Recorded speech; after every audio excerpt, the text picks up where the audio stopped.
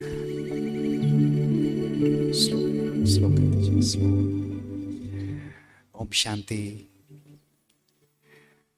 मुस्कुराते हुए चेहरे के साथ, बहुत स्माइलिंग फेसेस के साथ, सब एंजल्स का एक दूसरे को बहुत बहुत बहुत बहुत स्वागत है, स्वागत है, स्वागत है। हम सब एक दूसरे को जानते हैं, नहीं जानते? जानते हैं, नहीं जानते? हम्म? चलिए, बहुत प्यार से हम एक एक्सरसाइज करते हैं। हल्का सा म्यूजिक सिस्टर ने बजाया है, बजाइए हल्का सा म्यूजिक। बिना आवाज करे, बिना आवाज के, जैसे एंजल्स होते हैं, बिना आवाज के, एक दूसरे के शरीर को ना देखते हुए बहुत शांति से अपनी सीट पर खड़े होंगे। बहुत प्यार से, आवाज नहीं, बिल्कुल धीरे से खड़े हो जाएंगे। किसी को पता नहीं, कोई कुछ नहीं देख रहा, बहुत प्यार से जो खड़े हो सकते हैं खड़े हो जाइए। अब बहुत ही प्यार से, बहुत बहुत सुकून से, आपके बराबर में जो व्यक्ति है उसकी तरफ अपना चेहरा करिए। चाहे बहन है, भाई है, कुछ फर्क नहीं पड़ता। एक दूसरे की तरफ ऐसे टर्न कर जाइए, टर्न कर जाइए, प्यार से कर जाइए, बहुत प्यार से मुस्कुराइए एक दूसरे को देखकर, प्यार से। उनके चेहरे को ना देखते हुए एक दूसरे को शांति की, प्यार की, शक्ति की वाइब्रेशंस दीजिए। बहुत प्यार से दीजिए, देते जाइए। शरीर का कोई भी भान नहीं। इस शरीर के अंदर रहने वाली मैं पॉइंट ऑफ लाइट शक्तिशाली आत्मा हूं। कोई भी आवाज नहीं, कोई भी भान नहीं। चेहरा भी मुस्कुराता हुआ, मन भी मुस्कुराता हुआ। एक दूसरे को शक्ति दीजिए, शांति दीजिए, प्यार दीजिए। इन वाइब्रेशंस को हॉल के अंदर रेडिएट करिए। अब फिर धीरे धीरे स्ट्रेट हो जाइए और सामने की तरफ देखिए। कोई भी आवाज नहीं, बिल्कुल नहीं। बहुत प्यार से पावरफुल लाइट को अनुभव करिए। देखो सामने लाइट को, ये शक्ति, ये प्रकाश, ये हमारा स्वरूप है, ये हमारा अस्तित्व है, ये हमारे जीवन का सत्य है। देखो भागती दौड़ती रेस के अंदर हम कितना आगे निकल गए।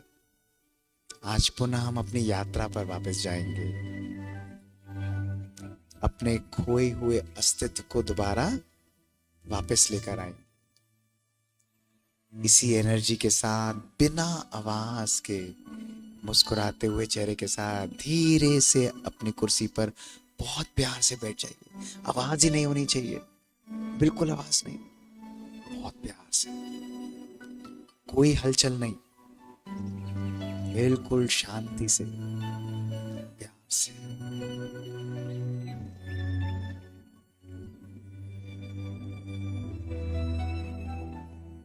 ओम शांति।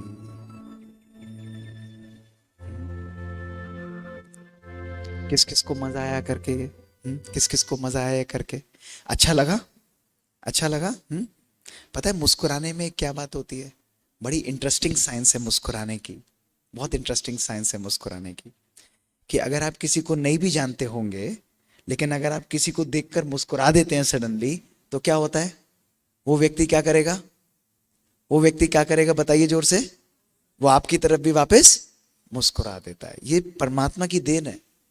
जैसा हमारे चेहरे हमारी वाइब्रेशन से एमिट होगा, दूसरा व्यक्ति भी उसी प्रकार की वाइब्रेशंस हमारे को एमिट करता है।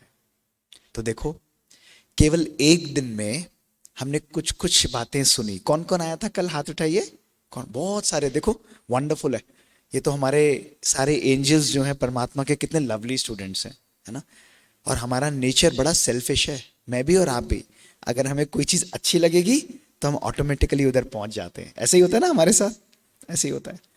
तो देखो, एक से एक परिवार जुड़ जाता है, और जब आज हम आपके सामने बैठे हैं तो हमें ऐसा नहीं लगता कि हम कहीं दूर बैठे हैं, हमें लगता है ये तो हमारी फैमिली है, हमारा परिवार है। हम आज नहीं मिल रहे, हम तो बहुत टाइम से एक दूसरे को जानते हैं।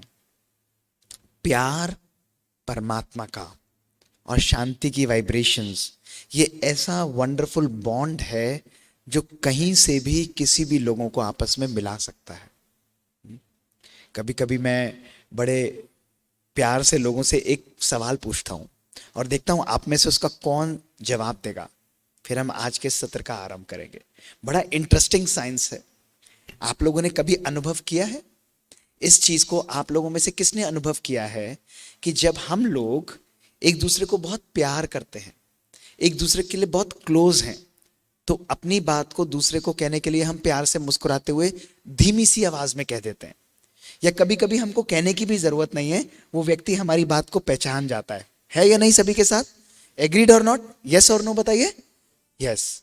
लेकिन जब हम किसी व्यक्ति से कंफर्टेबल नहीं है तो गुस्सा करते हैं, तो हमको अपनी बात को कहने के लिए उसके ऊपर चिल्लाना पड़ता है, क्रोध करना पड़ता है और बहुत चीख चीख कर अपनी बात हम कहते हैं। ऐसा क्यों होता है? ऐसा क्यों होता है? कभी सोचा है किसी ने? किसी ने भी सोचा? कौन आंसर करेगा? अच्छा आप आंसर करिए। भैया एक और माइक है अपने पास? माइक है एक और? नहीं है? बताइए। We are not connected. क्यों? मैं तो आपके पास खड़ा हूं, फिर भी आप मेरे ऊपर चिल्ला रहे हो। हाँ, फ्रॉम इनसाइड कनेक्टेड नहीं है। Very good answer. और कोई बताएंगे? परफेक्ट आंसर, बिल्कुल परफेक्ट है। जब हम प्यार करते हैं, क्लोज हैं, तो एक दूसरे को कहने के लिए धीरे से कह देते हैं, लेकिन कभी कभी जब क्रोध करते हैं तो हम लोग चिल्लाते हैं। ऐसा क्यों होता है? सोचा किसी ने? जी, अपनी बात को बूस्ट करने के लिए चिल्लाते हैं, तो वो तो पास में खड़ा है, उसमें बूस्ट करने की क्या बात है? देखो, जब हम बहुत एक दूसरे को प्यार करते हैं तो हमको कहने की जरूरत नहीं पड़ती, हमारी वाइब्रेशंस ही, दृष्टि ही एक दूसरे के लिए काम करती है, क्योंकि हमारे मन एक दूसरे के क्लोज होते हैं। लेकिन जब हम किसी व्यक्ति से क्रोधित होते हैं तो हर शरीर पास होते हुए भी हमारे मन कहाँ होते हैं? एक दूसरे से बहुत दूर होते हैं। तो अपने मन की बात दूसरे के मन तक पहुंचाने के लिए हमको क्या करना पड़ता है? हमको चिल्लाना पड़ता है। ये बहुत मजेदार साइंस है ना? तो परमात्मा क्या करता है? परमात्मा कहता है सबके मनों की दूरियों को बिल्कुल दूर कर देता हूं और सबको आपस में बहुत प्यार से कनेक्ट कर देता हूं। ये स्नेह का बंधन है, ये पवित्र प्यार का बंधन है ना? तो कल हमने देखा कि अपने मन की शक्तियों के द्वारा, हम सबने अनुभव किया, अपने मन की शक्तियों के द्वारा हम जो भी चाहें वो परिवर्तन कर सकते हैं। सुनी ना कितनी सुंदर बात है कि हथौड़ा और चाबी आपस में बात कर रहे थे, तो हथौड़ा चाबी से बोलता है कि चाबी, मैं तुमसे कई गुना ज्यादा शक्तिशाली हूं, मैं इस ताले को खोलने की कोशिश करता हूं, इसको मारता हूं, लेकिन ये ताला खुलता ही नहीं है, और अगर खुलता भी है तो खुलने की बजाय ये टूट जाता है। लेकिन तुम्हारे अंदर ऐसी क्या शक्ति है कि तुम एक सेकंड में इसको खोल देती हो? कमजोर हो? तो चाबी मुस्कुराने लगी। चाबी कहती है कि भैया, आप तो अपनी सारी शक्ति का उपयोग बाहर से करते हो, मैं तो धीरे से उस ताले के अंदर जाती हूं, सही जगह पर थोड़ी सी एनर्जी लगाती हूं और वो ताला फट से खुल जाता है। तो दोस्तों, आध्यात्मिक मार्ग भी इसी प्रकार से है। चाहे हम कितना भी जोर लगाएं, शक्ति लगाएं अपने आप के लिए, चाहे मंत्र करें, उच्चारण करें, चैंट्स करें, परमात्मा को यथार्थ रूप से कोशिश करें याद करने की, लेकिन वो अध्यात्म का ताला नहीं खुलता है। हम केवल धर्म के साथ एसोसिएटेड रह जाते हैं, क्योंकि हमारे को यथार्थ चाबी और स्मृति नहीं मिलती है। और ना मिलने के कारण कभी कभी हमारा जीवन जो है वो टूट जाता है, अस्त व्यस्त हो जाता है, परेशान हो जाते हैं हम लोग।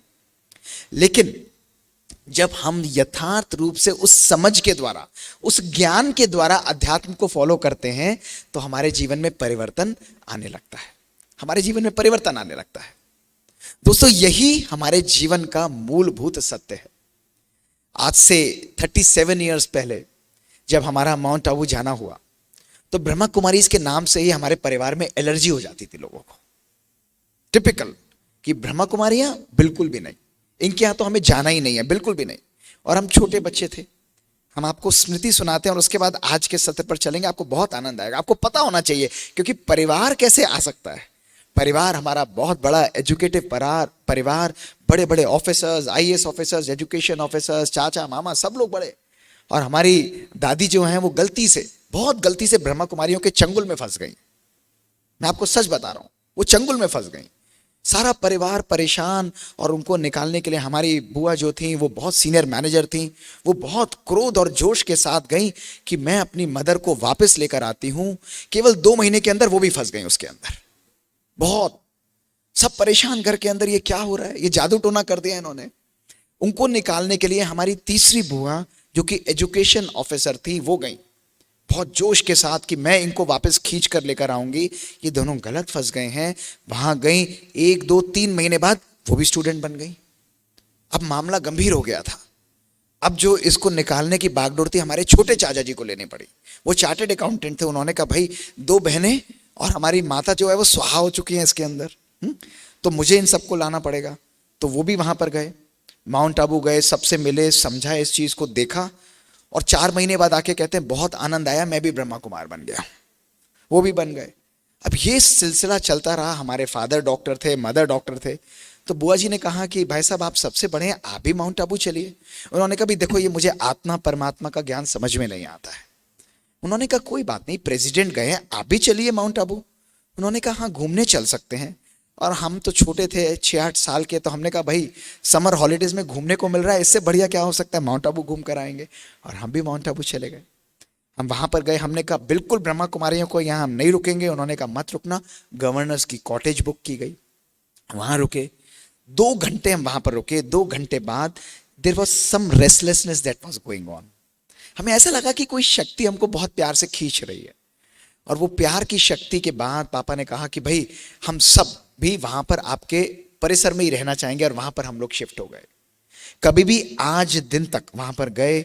और वो था 1985 का ईयर, जुलाई का ईयर। और 15 जुलाई से लेकर आज तक हम लोग उस प्यार के बंधन में बंधे हुए हैं। आज तक हमें कभी किसी ने ये नहीं कहा कि पढ़ाई छोड़ दो, घर छोड़ दो। कभी भी ब्रह्मा कुमारीज में किसी ने ये नहीं कहा। कभी ये नहीं कहा सफेद वस्त्र पहनो, ऐसा करो, कभी भी किसी ने ये नहीं कहा। माता पिता ने आज दिन तक हमें और हमारी सिस्टर को ये नहीं कहा कि आप ऐसे मत करो, आप खाना ऐसा खाओ। कभी भी परिवर्तन के लिए नहीं कहा, लेकिन मार्गदर्शन किया।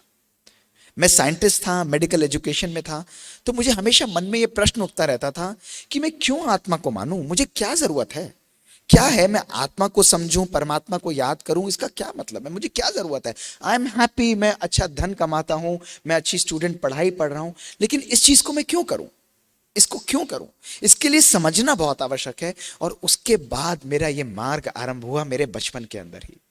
सारे धर्मशास्त्र, गीता क्या, महाभारत क्या, सब शास्त्रों को पढ़ डाला, सारे वेदों को पढ़ डाला, सब चीजों को पढ़ता, साइंटिफिकली आर्ग्यू करता रहता था अपने प्रोफेसर्स के साथ, प्यार से, समझ के अनुसार। हर धर्म की चीजों को मैंने ध्यान से समझा, उनको अपने जीवन में आत्मसात करने की कोशिश की। जब साइंटिफिकली रिलेट किया तब मुझे एक ज्ञान का चक्षु बहुत सुंदर रूप से क्लियर हुआ, बहुत क्लियर हुआ। और आज उस सारी 37 ईयर्स की यात्रा को मैं आपको कोई उपदेश नहीं देने आया, मैं अपनी दिल की बात आज आपसे करने आया। उपदेश आप सब लोग सुनते रहते हैं, अलग अलग लोगों के, महात्माओं के सुनते रहते हैं, लेकिन आज एक एक आत्मा जो यहां पर जिन्होंने अपना कीमती समय निकाला है, आज सबसे मैं अपनी दिल की बात करने आया हूं कि ये आत्मा का रहस्य क्या है, ये ब्रह्मा कुमारियों का चंगुल क्या है, इससे हम कैसे बचे या कैसे इसके अंदर फंसे, क्या फंसने का फायदा है या निकलने का फायदा है, यह भी समझना बहुत आवश्यक है।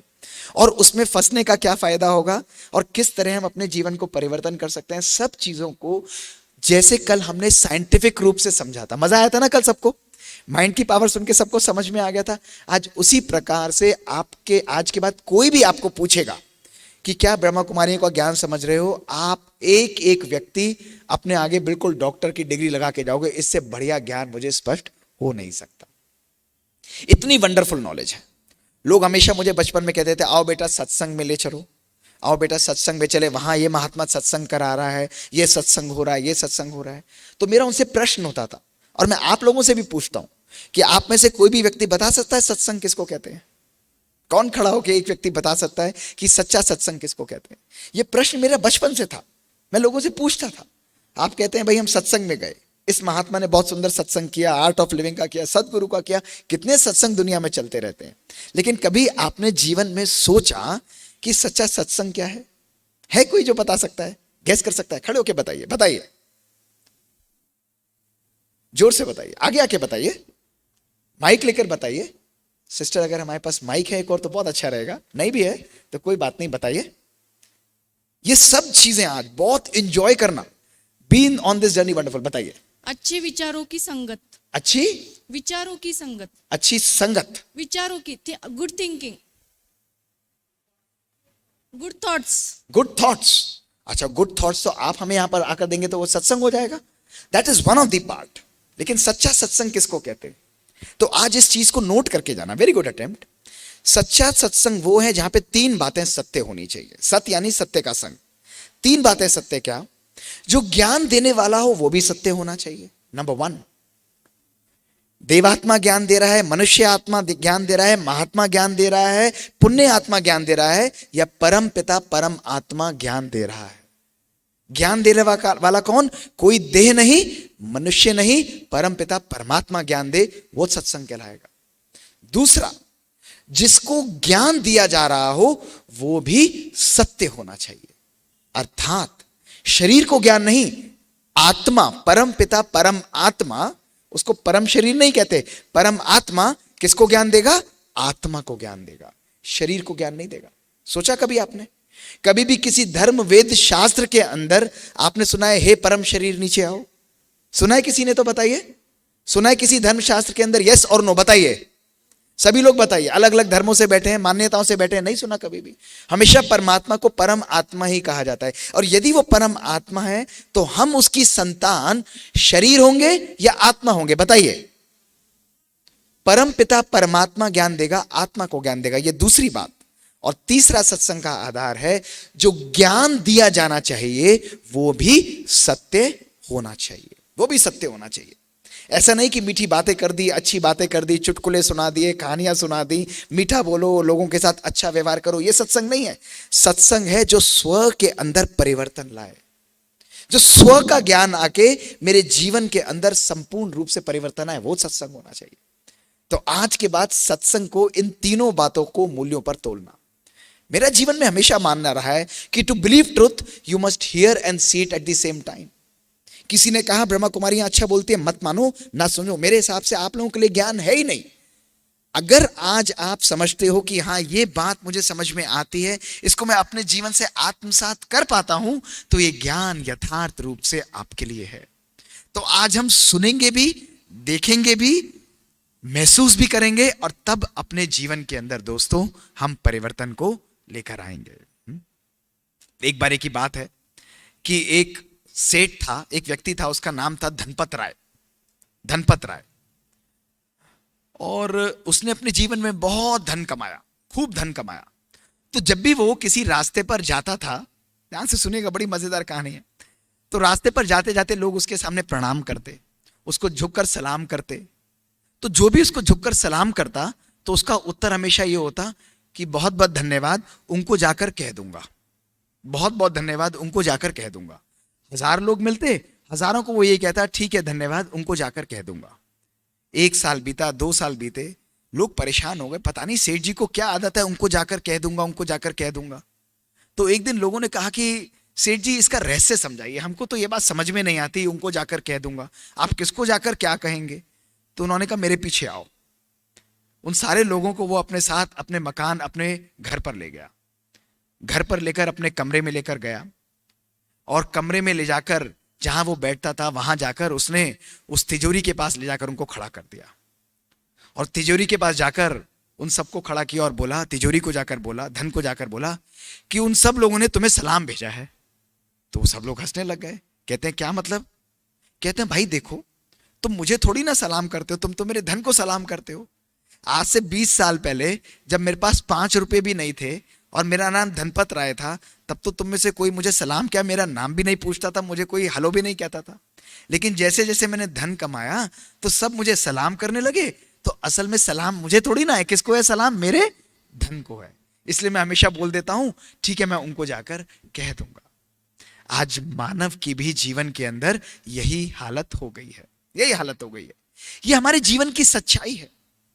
मनुष्य सवेरे से लेकर शाम तक भागता रहता है, दौड़ता रहता है और कमाना है, जिसको लोग कहते हैं कि एक सुकून को रोज सवेरे गिरवी रखकर उसी सुकून की तलाश में रोज मानव आज सवेरे से शाम निकल पड़ता है।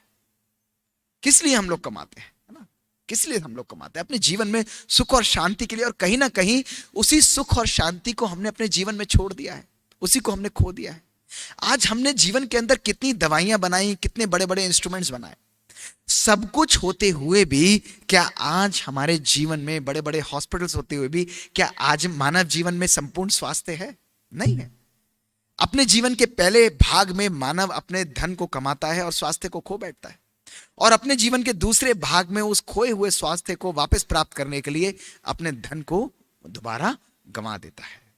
हमारे पास मेडिसिन हैं, वेलनेस नहीं है। आज हमने कितने बड़े बड़े इलेक्ट्रॉनिक डिवाइसेस बनाए हैं, एक सेकंड में मोबाइल फोन उठाएंगे, यहां बैठे अमेरिका बात कर लेंगे, यहां बैठे ऑस्ट्रेलिया बात कर लेंगे, सब कुछ हम लोग बना लेते हैं।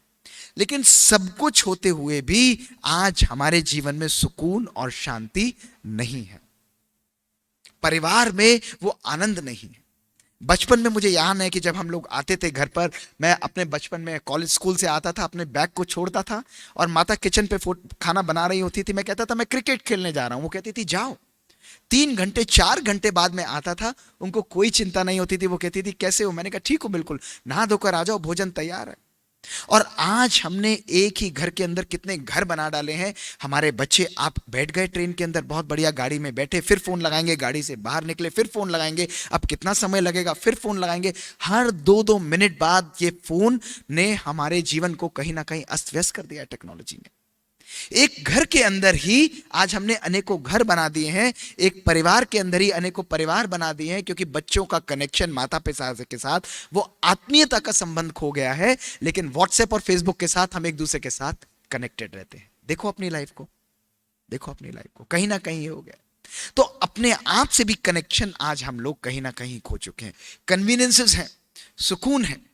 कितने लोग हैं जिनकी अलमारी के अंदर, हाथ खड़ा करके बताना, कितने यहां पर लोग हैं जिनकी अलमारी के अंदर ऐसे कपड़े हैं, ऐसे परफ्यूम हैं जिनका सालों सालों भी नंबर नहीं आया है? हाथ उठाकर बताइए, हाथ उठाकर बताइए, सभी लोग ऐसे हाथ उठाकर बताइए, कितने सारे लोग हैं? ऑलमोस्ट 50% लोग कहते हैं कि मैंने सामान इकट्ठा करके रखा है, लेकिन सामान का नंबर ही नहीं आता। हमारी और की इच्छाएं कहीं ना कहीं हमको एक अंधकूप रेस की तरफ लेके जा रही हैं। ये हमारे जीवन की इच्छाएं समाप्त ही नहीं होती हैं। आज लोग कहते हैं ग्लोबल वार्मिंग है, सब जगह दुनिया गर्म हो रही है, बिल्कुल हो रही है, लेकिन ये ग्लोबल वार्मिंग केवल इस सृष्टि की वार्मिंग नहीं, ये आज हमारे मन, हमारे संकल्पों की, हमारे जीवन के एटीट्यूड्स की भी वार्निंग है। लोग एक दूसरे के ऊपर चिल्लाते हैं, कहीं ना कहीं परेशान होते हैं, और इसका कारण है हमारे जीवन का बैलेंस, संयम खो गया है। धर्म को हमने फॉलो किया, शास्त्रों को फॉलो किया, शास्त्र पढ़े, कंठस्थ किए, श्लोक कंठस्थ किए, लेकिन आज शास्त्रमयी जीवन होना, उससे हम कोसों कोसों दूर हैं। अगर आज डॉक्टर मोहित, अगर आज एक हिंदू फैमिली में ना होके किसी क्रिश्चियन फैमिली में होते, तो डॉक्टर मोहित का नाम होता डॉक्टर जॉन मोहित। अगर आज डॉक्टर मोहित किसी मुस्लिम फैमिली में होते, तो उनका नाम होता डॉक्टर मोहित कुछ और XYZ। अगर आज सिख फैमिली में होते, उनका नाम मोहित सिंह होता। अर्थात जहां पर हम जन्म लेते हैं, वहां पर हमको हमारे नाम का वो लेबल मिल जाता है, टैग मिल जाता है। धर्म किसके साथ है? हमारी आत्मा नहीं, धर्म हमारे देह को सिंबॉलिक करता है। देखो अपने आप को, यह हमारी लाइफ का एक रियल ट्रुथ है। लेकिन धर्म हमारे जीवन में हमको मिलान नहीं करता, हमारे जीवन के अंदर सुख हमको नहीं देता है।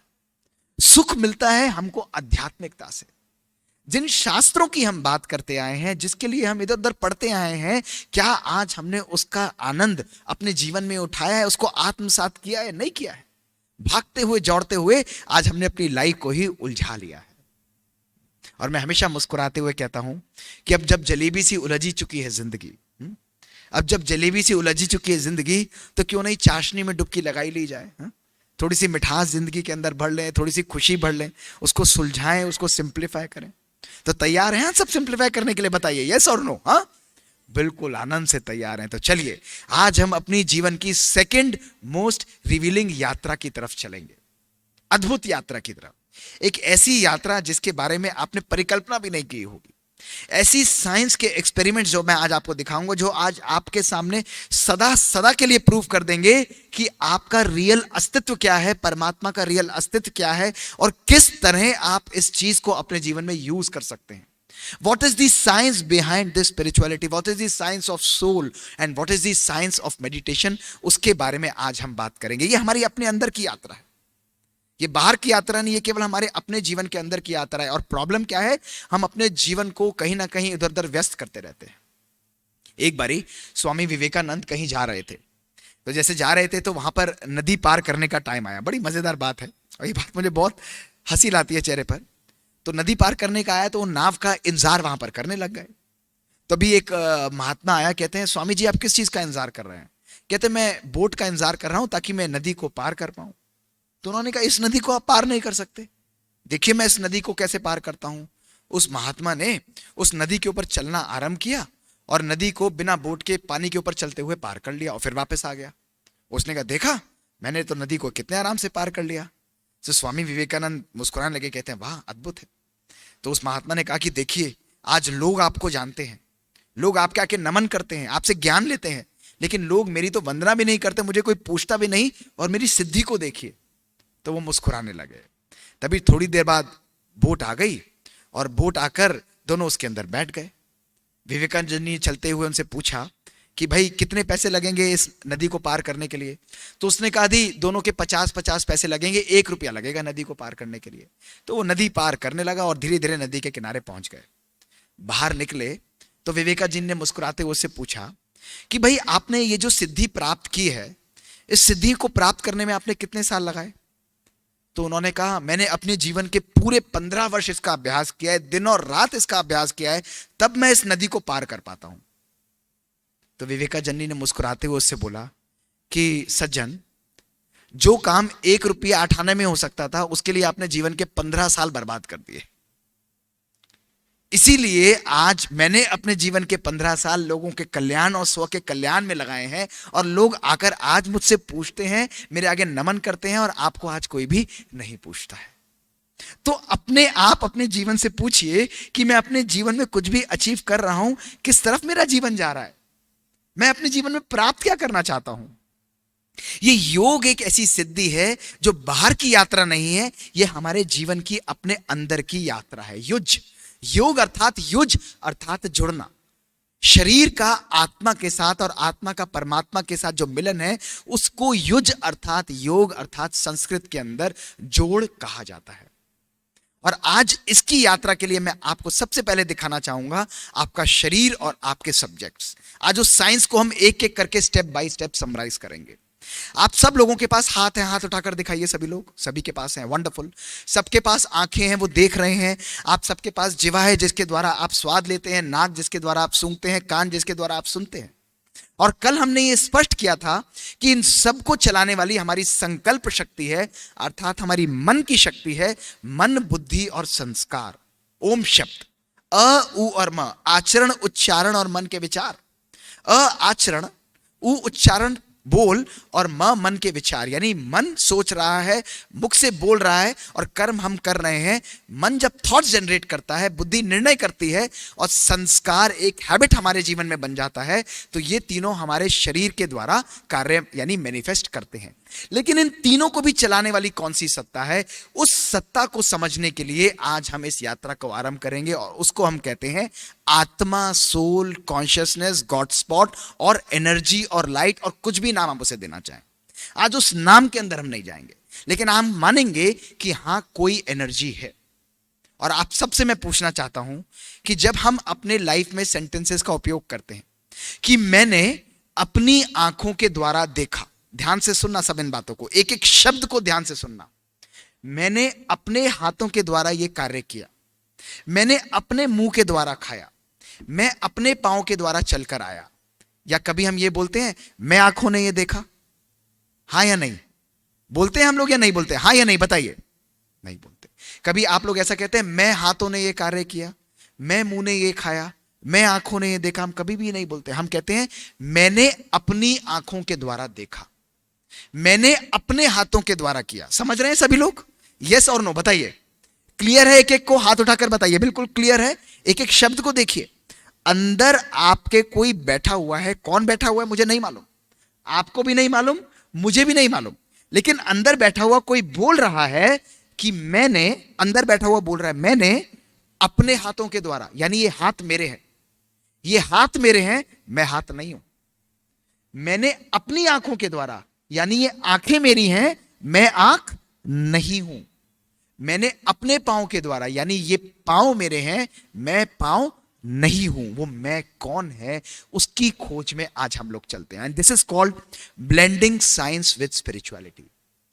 अध्यात्म का साइंस के साथ जो समागम है, माइंड बॉडी सोल की साइंस जिसको हम कहते हैं, इसका आरंभ, इसकी खोज मेरे जीवन के अंदर 1992 इस रूम के अंदर हुई थी।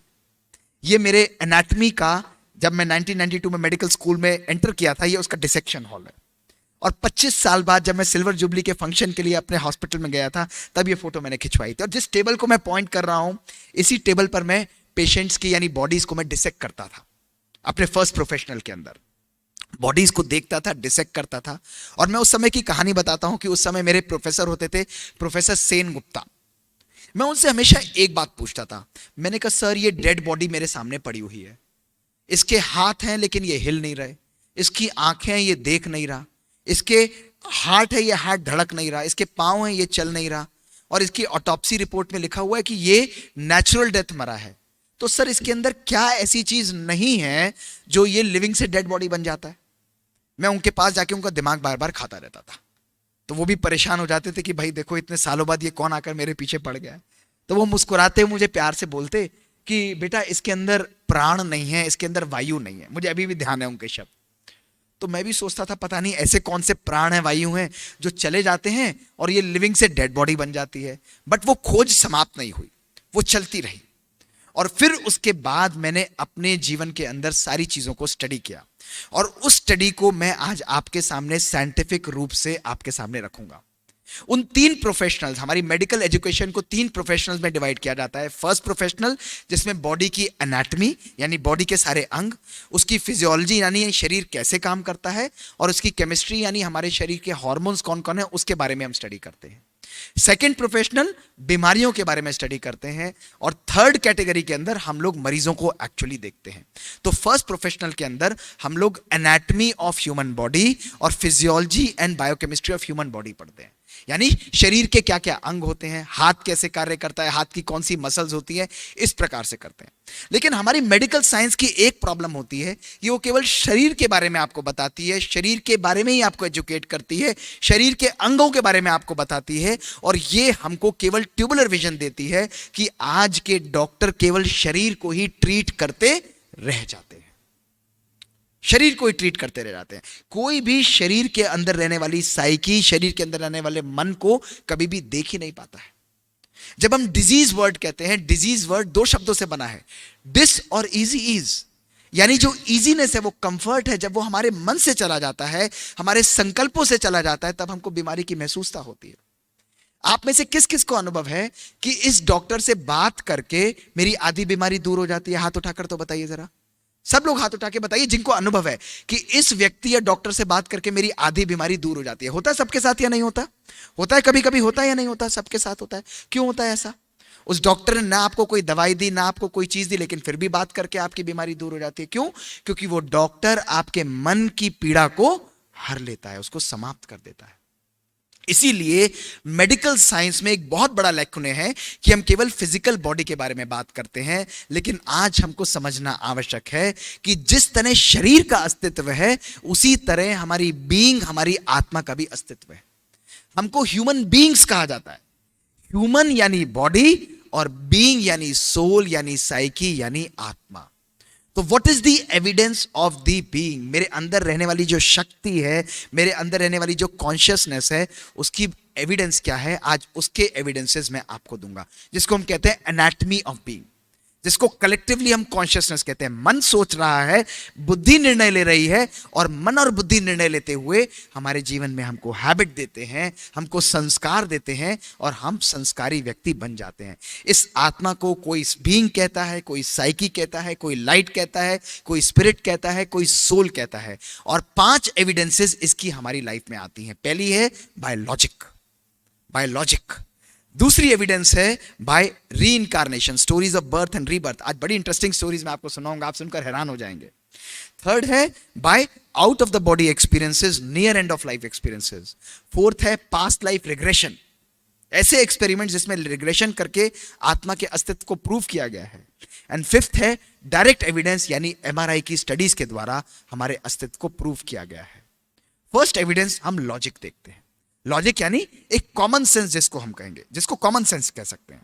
अब एक बात बड़ी क्लियर है कि गाड़ी बाहर खड़ी हुई है, स्कूटर बाहर खड़ा हुआ है, लेकिन एक गाड़ी कब चालू होती है? जब गाड़ी के अंदर कौन बैठता है? कोई भी व्यक्ति बताइए, गाड़ी के अंदर कौन बैठेगा? जोर से बताइए। ड्राइवर बैठेगा। ड्राइवर बैठेगा तो गाड़ी चालू हो जाती है, और ड्राइवर जैसे ही बाहर निकलेगा तो वो गाड़ी बेजान हो जाती है। एग्री करते हैं सभी लोग इस बात से? सभी लोग इस बात से एग्री करते हैं? इसी प्रकार जो हमारी ये गाड़ी है, ये लिविंग गाड़ी जो है, ये डेड कब बन जाती है? जब इसके अंदर से कोई ना कोई एनर्जी निकल जाती है। ये तो कॉमन सेंस है। एग्री करते हैं सभी लोग इस बात से? किसी को डाउट तो नहीं है इस बात में? यस और नो सभी लोग बताइए। एग्री करते हैं या नहीं करते सभी लोग? हाँ या नहीं में बताइए। किस किस को क्वेश्चन है कि ये मुश्किल है? एनीबडी? एनीबडी? सब लोग एग्री करते हैं इस बात से। ये फैक्ट है कि इस शरीर रूपी गाड़ी के अंदर कोई ना कोई एनर्जी तो है जो इस शरीर को चला रही है, जिसको हमने देखा। मैं अपने हाथों के द्वारा कार्य कर रहा हूं, वो मैं अभी भी क्लियर नहीं है, वो क्लियर नहीं है, लेकिन वो है, कोई अस्तित्व है। तो ये चीज शो करती है कि कोई एनर्जी मेरी गाड़ी को चला रही है। वो एनर्जी क्या है उसके बारे में मुझे अभी नहीं मालूम। हम सेकंड एविडेंस पे चलते हैं। सेकंड एविडेंस आती है by doctor Ian Stevenson, birth marks, scientific evidence of री इनकारनेशन। इन्होंने क्या देखा कि कुछ लोग जो अपने पूर्व जन्मों के संस्कारों को, पूर्व जन्मों के फैक्ट्स को याद करते हैं, जिनको पुराने जन्मों की स्मृतियां रहती हैं, जो सोचते हैं हमारे जीवन में ऐसा था, उनकी बॉडी पर 26% ऐसे बच्चों के ऊपर लाइफ में बर्थ मार्क्स होते हैं। बर्थ मार्क्स होते हैं 26% जो प्रीवियस लाइफ्स को रिमेंबर करते हैं। और ऐसे इन्होंने 210 बच्चों को स्टडी किया जिन्होंने अपने पूर्व जन्मों को एक्यूरेटली रिमेंबर किया। कभी उनको नेवाइस होगा, कभी उनको कोई और बर्थ मार्क होगा, कभी कहीं पर स्कार होगा, जिसको साइंस एक्सप्लेन नहीं कर पाती थी। और इस पर उन्होंने बहुत सुंदर एक्सपेरिमेंट रूप किताब लिखी, जिसको इन्होंने कहा children who remember there previous lives. Children who remember there previous lives. और इन्होंने क्लियरली कहा, बहुत क्लियरली, कि रीइंकारनेशन यानी एक व्यक्ति का दोबारा जन्म लेना, ये डेफिनेटली एक साइंटिफिक प्रोसेस है, लेकिन हो सकता है ये रियलिटी है या सत्य, ये कहना अभी बहुत मुश्किल है। तो कोई एविडेंस तो है, लेकिन उस एविडेंस को हम प्रूव नहीं कर सकते। और थर्ड एविडेंस हमारे सामने आती है incidents of birth and rebirth. बहुत मजेदार कहानी सुनिए, incidents of birth and rebirth. इसको इन्वेस्टिगेट किया डॉक्टर जेम्स टकर ने। बहुत स्मार्ट ये डॉक्टर हैं, डॉक्टर जेम्स टकर। और इन्होंने इन बच्चों की कहानियों को इन्वेस्टिगेट करना आरंभ किया। कहानियां सुनिए, कहानियां बड़ी अद्भुत थी। ये छोटा सा बच्चा जो आप देख रहे हैं, इस बच्चे का नाम था सैम टेलर। अब कहानी क्या थी? इस 3 साल 4 साल के बच्चे का डायपर इसकी मां टेबल पर लिटाकर बदल रही थी। जब इस बच्चे का डायपर बदला जा रहा था, ध्यान से सुनिए, इस बच्चे का डायपर जब इसकी मां बदल रही थी, तो इसने मुस्कुराते हुए अपनी मम्मी को बोला कि मम्मी, जब तुम मेरी एज की थी तो मैं तुम्हारे डायपर को बदला करता था। इसकी मम्मी हैरान हो गई कि ये बच्चा कैसे बोल सकता है ऐसा। शी वॉज शॉक्ड कि ये बच्चा कह रहा है कि जब तुम मेरी उम्र की थी तो मैं तुम्हारा डायपर बदलता था। It is so possible. ये बच्चा अपनी फैमिली पिक्चर में से अपने नाना जी की फोटो एक्यूरेटली बदल लेता था, पिक्चर पिकअप कर लेता था। इस बच्चे की सारी हैबिट्स एग्जैक्टली अपने नाना जी की तरह बिल्कुल सेम थी। इसकी फूड हैबिट्स, इसकी ट्रैवल हैबिट्स, इसकी सोचने का तरीका, इसका बैठने का तरीका, इसका मूव करने का तरीका कंप्लीटली अपने नाना जी की तरीके से था।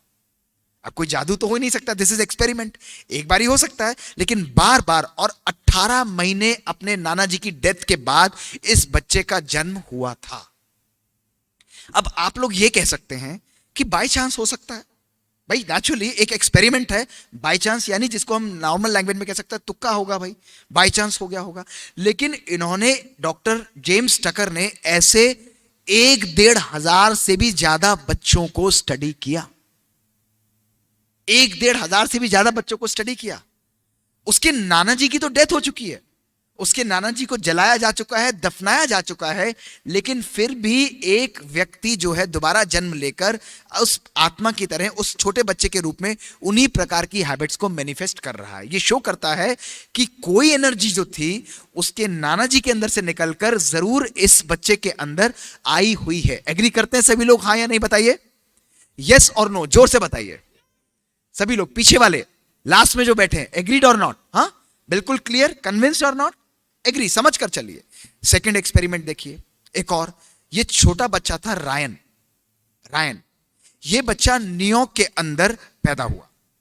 4 साल की उम्र के अंदर, 4 साल की उम्र के अंदर इसको अजीबोगरीब सपने आते थे, अजीबोगरीब सपने आते थे। 4-4.5 साल के अंदर इसने अपनी मम्मी को जाकर बोला कि मैं अपने पुराने जन्म के अंदर हॉलीवुड के अंदर बहुत बढ़िया डांस प्रोडक्शन के अंदर डांस करता था और प्लेस करता था, और मेरा प्रोडक्शन का जो नाम था वो मार्टी मार्टिन था, मेरी आदतें इस प्रकार की थी। और उसने सारी चीजें एग्जैक्टली उस ट्रुप के बारे में 4.5 साल के बच्चे ने नरेट कर दी। डॉक्टर जेम्स टकर ने जाकर इस चीज को इन्वेस्टिगेट किया हॉलीवुड के अंदर, एग्जैक्टली सेम आदतें उस बच्चे के अंदर जो मार्टी मार्टिन के अंदर थी वो सेम पाई गई, एग्जैक्टली सेम, सब कुछ एक एक आदत एग्जैक्टली सेम, उसका खाने का, उसका बैठने का तरीका। और डॉक्टर जेम्स टकर ने एक बहुत सुंदर किताब लिखी, उस किताब का नाम था लाइफ बिफोर लाइफ, द री इनकारनेशन थ्योरीज, द री इनकारनेशन थ्योरीज।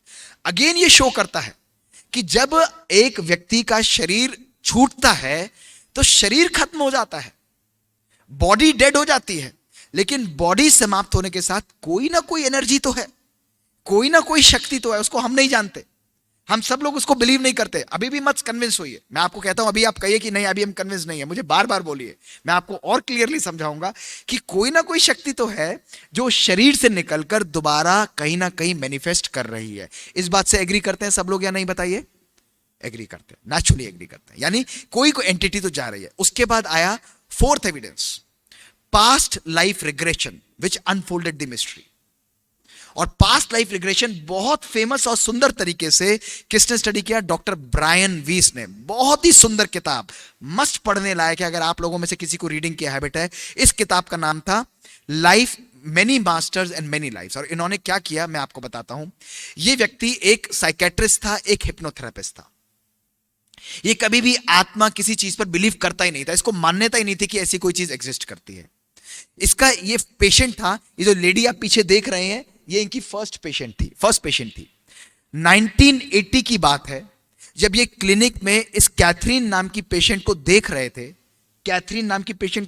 थे, तो उस कैथरीन नाम की पेशेंट को हिप्नोसिस करते हुए उसने अपने पुराने जन्मों की कुछ कहानियां इनको सुनाना आरंभ कर दिया। डॉक्टर ब्रायन वीस ने उनकी बातों को बिलीव नहीं किया। फिर अगली बार जब हिप्नोसिस किया, फिर उसने कुछ कहानियां सुनाई, अपनी सारी स्टोरीज को नरेट किया। मेरे पूर्व जन्म में इस प्रकार से था, मैं ऐसे थी, मैं ये कार्य करती थी, मेरे हस्बैंड का नाम ये था, मैं इस तरह इस कार्य को करती थी। डॉक्टर ब्रायन वीस ने सोचा कि ये कैसी कैसी बातें करती हैं। उसने कहा कि मुझे इस लेडी की बात को वेरीफाई करना चाहिए। वो गए, उन्होंने मेडिकल रिकॉर्ड्स को एग्जामिन किया। Exactly same details medical records में पाई गई जो कैथरीन उनकी पेशेंट नरेट करती थी। फिर उसके बाद उन्होंने रिग्रेशन आरंभ किया। 400 से भी ज्यादा लोगों को रिग्रेशन किया, उनके फोबियाज, उनके एलिमेंट्स को उन्होंने देखा पास्ट लाइफ के अंदर, उनके फोबियाज जो रूटेड थे। और उन्होंने कहा कि yes, past life regression can have a curative effect. और उन्होंने कहा कि पास्ट लाइफ रिग्रेशन में वो आत्मा, वो सोल जो है, वो मैसेजेस रिसीव करती है। ये चीज क्लियरली शो करती है कि यस, एक इटर्नल एंटिटी है जो इस शरीर को चलाती है। उसको क्या नाम दे, आत्मा दे, लाइट दे, एनर्जी दे, उस चीज को आप छोड़ दीजिए, लेकिन वो कभी भी समाप्त नहीं होती है। शरीर डेड हो जाएगा, शरीर को जला दिया जाएगा, दफना दिया जाएगा, उसको समाप्त कर दिया जाएगा, लेकिन वो एनर्जी उस शरीर से निकलकर पुनः दोबारा जन्म लेती है, जन्म लेती है। ये एक और चीज भी बहुत भारी प्रूव करती है, बहुत मेजर चीज प्रूव करती है, जो साइंस हमको आज क्लियरली बताती है, जिसको स्पिरिचुअलिटी ने हमेशा नकारा है। ये तथ्य प्रूव करती है कि जब मनुष्य का शरीर छूटता है तो अगला जन्म उस मनुष्य का मनुष्य की योनि के अंदर ही आता है। सोचा आपने, 18 महीने बाद उस बुजुर्गवार की डेथ के बाद उसकी आत्मा ने जन्म लिया उसी एक बच्चे, एक मनुष्य के रूप में, चाहे वो लड़का हो लड़की हो, डज नॉट मैटर। और आध्यात्मिकता आज हमको बिना एविडेंस के बताती गई कि मनुष्य की योनि हमको कितने कितने 84 लाख योनियों के बाद मिलती है। एक आत्मा जो है कुत्ता भी बनेगी, बिल्ली भी बनेगी, चूहा भी बनेगी, पौधा भी बनेगी, पेड़ भी बनेगी। कितनी एविडेंसेस हमको दे दी गई। मैं लोगों से पूछता रहता था, महात्माओं के पास जाके पूछता रहता था, मुझे प्रूफ तो करके बताओ, अगर आम का बीज में बोऊंगा तो उसके अंदर से तरबूज कैसे निकलाएगा भाई, इस चीज को समझाओ तो सही मुझे। वो कहते थे नहीं, हमारे शास्त्र इसी प्रकार से कहते हैं। मैं कहता हूं शास्त्र कहते हैं, लेकिन मेरी समझ तो ये नहीं कहती, आपको मुझे समझाना तो पड़ेगा ना। और जब मैंने समझा तो ये साइंस की एविडेंस आपके सामने क्लियर प्रूव करती है कि एक व्यक्ति की डेथ हुई, अपने कुछ ही वर्ष पुरानी डेथ के बाद वो जन्म लेकर बता रहा है कि पिछले जन्म में मैं ये कार्य करता था। एक बारी हो सकता है गलत हो, 2 बारी हो सकता है बाय चांस हो, 3 बारी हो सकता है तुक्का हो, लेकिन जब हजारों हजारों केसेस हमारे सामने होते हैं तो वो एविडेंस बन जाती है, वो हमारी लाइफ की स्टोरी बन जाती है, वो हमारे जीवन का सत्य बन जाता है, वो हमारे जीवन का अस्तित्व बन जाता है। उसको ना स्वीकारना हमारे मन की मूर्खता कहलाई जाती है दोस्तों। इसी बात को आज मैं आपके सामने आध्यात्मिक रूप से, प्रॉपर रूप से स्पष्ट करना चाहता हूं। तो अब इस बात को जब हम समझते हैं कि या सारे प्रश्नों को हम एंड मिलेंगे कि यस, एक आत्मा की डेथ हुई, कोई व्यक्ति की डेथ हुई, शरीर को जलाया गया, दफनाया गया, लेकिन सोल डिफरेंट फॉर्म को ले सकती है, नहीं ले सकती। It is not possible unless and until परमात्मा ने सिलेक्टिव रूल्स बनाए हैं। कैसे सिलेक्टिव रूल्स बनवाए हैं? खड़े हो जाइए आप जरा सर, आप खड़े हो जाइए। यस, कि इनकी आत्मा जब डेथ होगी, इनके शरीर की डेथ होगी तो उनकी आत्मा जाके चूहा बनेगी। बैठ जाइए। हाँ, आपकी आत्मा, आपके शरीर की डेथ होगी तो आप जाके बिल्ली बनेंगे। डॉक्टर मोहित की आत्मा की शरीर की जब डेथ होगी तो वो जाके यानी शेर बनेंगे। ऐसा सिलेक्टिव रूल्स परमात्मा क्यों बनाएगा? रूल्स तो सबके लिए सेम ही होंगे। एग्री करते हैं सभी लोग इस बात से? यस और नो बताइए। Logic, simple logic, nothing more than that. सारे प्रश्नों को हम इकट्ठे लेंगे, सारे प्रश्नों को हम इकट्ठे लेंगे।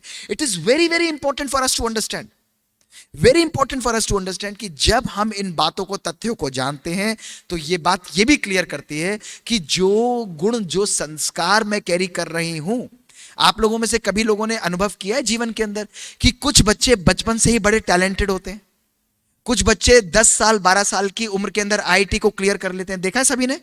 यस और नो?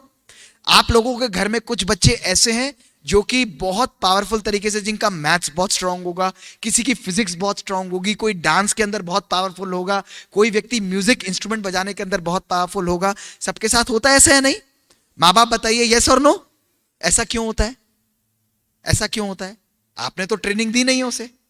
कोई मदर खड़े हो जाइए जिनके साथ ऐसा होता है। आप खड़े हो जाइए, कोई भी व्यक्ति खड़े हो जाइए, मदर, एनी मदर जिसको ऐसा एक्सपीरियंस है कि मेरा बच्चा बहुत एक्सेप्शनली टैलेंटेड हो जाता है। होता है या नहीं होता? सबके साथ, सभी के साथ हो जाता है। आज के बच्चों को आप लैपटॉप देंगे, मोबाइल देंगे तो वो खट खट खट खट खट करके फटाफट यूट्यूब और उस पर चले जाते हैं। आपके टाइम में जब आपको मोबाइल कभी मिला होगा तो आपने कभी सोचा भी नहीं होगा कि हम इसको खोल सकते हैं। ऐसा कैसे हो सकता है? ऐसा तभी हो सकता है जब वो आत्मा पुराने एनर्जीज, पुराने संस्कारों को, रिकॉर्ड्स को, रिकॉर्डिंग्स को अपने साथ कैरी करके लेकर आ रही है। एग्री करते हैं या नहीं बताइए? यस और नो? कन्विंस्ड हैं या नहीं कन्विंस्ड हैं? बताइए सभी लोग, पीछे वाले बताइए यस और नो, जोर से बताइए यस और नो। इधर वाले यस। लॉजिक सिंपल, यानी 3 चीजें प्रूव होती है कि शरीर जब समाप्त होता है तो एनर्जी उस शरीर के, उसे बाहर निकलकर वो डेथ नहीं होती, वो दोबारा जन्म लेती है। सेकंड, वो जन्म लेती है तो किस फॉर्म में जन्म लेती है? उसी रूप में जन्म लेती है जिस रूप में उसकी डेथ हुई, यानी मनुष्य की आत्मा मनुष्य योनि के अंदर ही जन्म लेगी। और थर्ड चीज जो प्रूव होती है वो होती है कि वो अपने साथ अपने पूर्व जन्मों की रिकॉर्डिंग्स को लेकर आती है, लेकर आती है। It is next to impossible कि वो रिकॉर्डिंग्स लेकर ना आए। तो यानी ये भी शो करता है कि अगर हम अपने आप को हील करना चाहें, अगर हम शरीर के साथ छोड़ के अपने मन, अपने संकल्पों को शक्ति दे, जिनको हमने कल अनुभव किया, वो एनर्जी हम अपने आत्मा को दें, वो इंटरवेंशन हम करें, तो क्या हम अपनी आत्मा को चेंज कर सकते हैं? उसकी एनर्जीज को चेंज कर सकते हैं? उसको हील कर सकते हैं? Answer is yes, yes, yes and again yes. यही शक्ति राजयोग मेडिटेशन हमको देता है कि आत्मा और आत्मा की शक्तियों को हम लोग बहुत सहज रूप से परिवर्तन करके अपने जीवन में अनुभव कर सकते हैं। फिफ्थ एविडेंस जो हमारे सामने आती है वो out of the body experiences और near end of life experiences के द्वारा आती है, जो आज मैं अपने लाइफ का एक्सपीरियंसेस भी आपको नरेट करूंगा और आपके सामने कुछ ब्यूटीफुल एक्सपीरियंसेस भी नरेट करूंगा। डॉक्टर रेमंड मूडी ये फिलोसोफर और साइकेट्रिस्ट थे। ये एक बहुत सुंदर व्यक्तित्व, वंडरफुल व्यक्तित्व से मिले जिनका नाम था जॉर्ज रिची। और जॉर्ज रिची ने एक इंसिडेंट बताया इनको, जिसमें उन्होंने अपने एक्सीडेंट के बाद नियर डेथ के टाइम में उन्होंने आफ्टर लाइफ को एक्सपीरियंस किया। यानी उन्होंने देखा कि उनका शरीर प्रैक्टिकली डेड था, लेकिन उन्होंने शरीर से डिटैच होकर उनकी आत्मा ने, उनकी एनर्जी ने दूर से देखा कि क्या क्या उनके शरीर के ऊपर किया जा रहा था। एग्जैक्टली उन्होंने रिप्रोड्यूस किया जब उनकी बॉडी कंप्लीटली प्रैक्टिकली डेड थी, यानी उसको रिससिटेट किया जा रहा था, उसको इंट्यूबेट किया जा रहा था, उसको आर्टिफिशियल लाइफ सपोर्ट पर रखा जा रहा था। डॉक्टर रेमंड मूडी ने ऐसे मल्टीपल एक्सपीरियंसेस को कलेक्ट किया और एक बहुत सुंदर किताब लिखी जिसका नाम था लाइफ आफ्टर लाइफ। और उन्होंने कहा कि I don't mind saying that after talking to thousands of people I am very convinced that yes there is a life after death. हमारे मरने के बाद भी एक एनर्जी, एक शक्ति है जो सदा जीवित रहती है, और वो जीवित शक्ति जो है हमको यूनिक एक्सपीरियंसेस करा सकती है, out of the body experiences करा सकती है, लाइट के एक्सपीरियंसेस करा सकती है, एक टनल का एक्सपीरियंस दे सकती है, और उसमें हम डेड रिलेटिव्स को भी एनकाउंटर कर सकते हैं। और उसके बाद मोस्ट कन्विंसिंग एविडेंस आई डॉक्टर एबन अलेक्जेंडर की। वंडरफुल एक्सपीरियंस, इसको सुनने वाला एक्सपीरियंस है। डॉक्टर एबन अलेक्जेंडर हार्वर्ड के एक न्यूरो सर्जन है जो ब्रेन की सर्जरीज करते हैं। ये कभी भी इस आफ्टर लाइफ और आत्मा और इस एनर्जीज के बारे में बिलीव ही नहीं करते थे। He was against all these theories, absolutely against all these theories. तो अल्टीमेटली एक दिन इनको ब्रेन की इलनेस हुई, बैक्टीरियल मेनिंजाइटिस हुई, और ऑलमोस्ट टर्मिनल स्टेज यानी नियरली डेथ बेड पर ये आ गए। इनकी बॉडी कंप्लीटली डेड थी, आर्टिफिशियल सपोर्ट सिस्टम पर इनको रखा जा रहा था। He was in coma for 7 days and he was practically declared brain dead. उस ब्रेन डेड की सिचुएशन में जब इनको artificial heart support, artificial lung support, artificial brain support पर रखा गया था, जिसके समय में हम कहते हैं ये कुछ भी नहीं कर सकता, ऐसे समय पर जब इनको मिरेकुलस रिकवरी हुई, मिरेकुलस रिकवरी में इन्होंने आकर एक्यूरेटली अपने डॉक्टर्स को, अपनी फैमिली को एक एक दिन का मिनट टू मिनट अकाउंट दिया कि मेरी बॉडी पर आपने क्या क्या किया। इमेजिन, जो व्यक्ति रियली डेथ बेड पर है, जिसका हार्ट आर्टिफिशियली धड़काया जा रहा है, जिसका ब्रेन डेड है, उस व्यक्ति ने रिकवरी के बाद डॉक्टर्स को आके क्लियरली बोला कि आपने इस दिन मेरे को ये इंजेक्शन दिया, इस दिन आपने मेरे ऊपर ये मसाज किया, मैं रियली जा रहा था। उसने सब कुछ एक्यूरेटली बताया, और उन्होंने ना केवल ये बताया, उन्होंने देखा कि मैं एक बहुत सुंदर विविड यात्रा पर गया, वंडरफुल यात्रा पर गया, और उस यात्रा के अंदर, जिसको आफ्टर लाइफ कहते हैं, उस आफ्टर लाइफ के अंदर the only language that I experience was language of love. वहां पर मुख्य शब्द नहीं होते थे। इस शरीर के अंदर आज जब मैं दोबारा आया हूं, वहां पर तो केवल टेलीपैथिक कम्युनिकेशन थी, वाइब्रेशंस की कम्युनिकेशन थी, वहां पर स्पोकन वर्ड्स की जरूरत नहीं थी। लेकिन इस वर्ल्डली लाइफ के अंदर मुझे एक्सपीरियंस होता है कि मेरी लाइफ क्लियरली लिमिट हो जाती है, मुझे बांध दिया जाता है। इन्होंने बहुत सुंदर किताब लिखी जिस किताब का नाम था प्रूफ ऑफ हेवन। शरीर से अलग हमारा अस्तित्व, प्रूफ ऑफ हेवन, जिसके लिए a neurosurgeon journey into the afterlife. This was the most vivid description of any doctor, जो क्लियरली प्रूव करता है कि व्यक्ति का शरीर जो है उसका अस्तित्व अलग है, हमारी आत्मा का अस्तित्व अलग है। व्यक्ति शरीर छोड़ देता है, डेड हो जाता है शरीर, उसको जला दफना दिया जाता है, वो अपने साथ नहीं लेकर जाता दोस्तों, लेकिन हमारी आत्मा, हमारी सोल, हमारी एनर्जी, हमारी कॉन्शियसनेस, हमारी फैब्रिक ऑफ आफ्टर लाइफ, जिसकी लैंग्वेज लव है, जिसके बारे में कल मैं आपको बता रहा था, जिसकी फैब्रिक है शांति, जिसकी फैब्रिक है प्योरिटी, वो प्योरिटी उसकी लैंग्वेज है, उसका अस्तित्व है, उसका रियल सेल्फ है। डॉक्टर माइकल सेबम ने अनयूजुअल ब्रेन सर्जरी की। उस ब्रेन सर्जरी में जिसमें वो ब्रेन को ऑपरेट कर रहे थे, उस ब्रेन के अंदर ऑपरेट करके उन्होंने व्यक्ति को कंप्लीटली ब्रेन डेड कर दिया। ब्रेन डेड करके उसका सारे ब्लड को बाहर निकाल लिया गया, उसका ब्रेन को कंप्लीटली एम्प्टी कर दिया गया। जब व्यक्ति रिकवर हुआ, वो व्यक्ति रिकवर हुआ, इस अकाउंट को साइंटिफिकली डॉक्यूमेंटेड है, उसने उस डॉक्टर को आके एक्यूरेटली बता दिया कि किस टाइम पर आपने क्या क्या सर्जिकल स्टेप्स मेरी बॉडी पर किए। ये तब फिजिबल है कि उस शरीर से अलग भी कोई अस्तित्व है जो हमारे शरीर को क्लियरली बता सकता है कि ये मेरे शरीर पर हुआ था। और सेकेंड लास्ट एविडेंस, जो फिनोमिनल एविडेंस थी, वो इन लेडी जिनका नाम था Anita Moorjani, near end of life experiences, जो मेरी अपनी लाइफ के अंदर भी था, जब मेरी ब्रेन की सर्जरी, जिसके बारे में कल मैंने आपको बताया था, वो भी मैं आज आपसे शेयर करूंगा। ये अनीता मूरजानी जो थी, आप ध्यान से सुनिए, the day that changed her life, February 7, 2006। Look at the exact words that are described in the book. इन वर्ड्स को ध्यान से सुनिए। ये उनके हस्बैंड हैं और ये उनकी वाइफ की पिक्चर है, अनीता मूरजानी, जो टर्मिनल कैंसर, एब्डोमिनल कैंसर से सफर कर रही थी। और उनके डॉक्टर बोला, there is nothing that we can do for your wife mister Moorjani. Her organs have shut down, her tumours have grown to the size of lemons. एक नींबू के साइज में पूरी बॉडी के अंदर ट्यूमर्स ग्रो हो चुके हैं। उनके ब्रेन के अंदर, उनकी बॉडी के अंदर कैंसर बुरी तरह फैल चुका है। उनके लंग्स के अंदर पानी भरा हुआ है, वो देख नहीं सकते, और आप देख रहे हैं उनके स्किन के अंदर से सारे टॉक्सिन्स एमिट हो रहे हैं, और कंप्लीट रूप से उनकी बॉडी कंप्लीटली डिस्ट्रॉय हो चुकी है। और मुझे लगता है कि वो रात भी अपने जीवन में नहीं निकाल पाएंगी। She will soon be dead by morning, we are very sorry to से।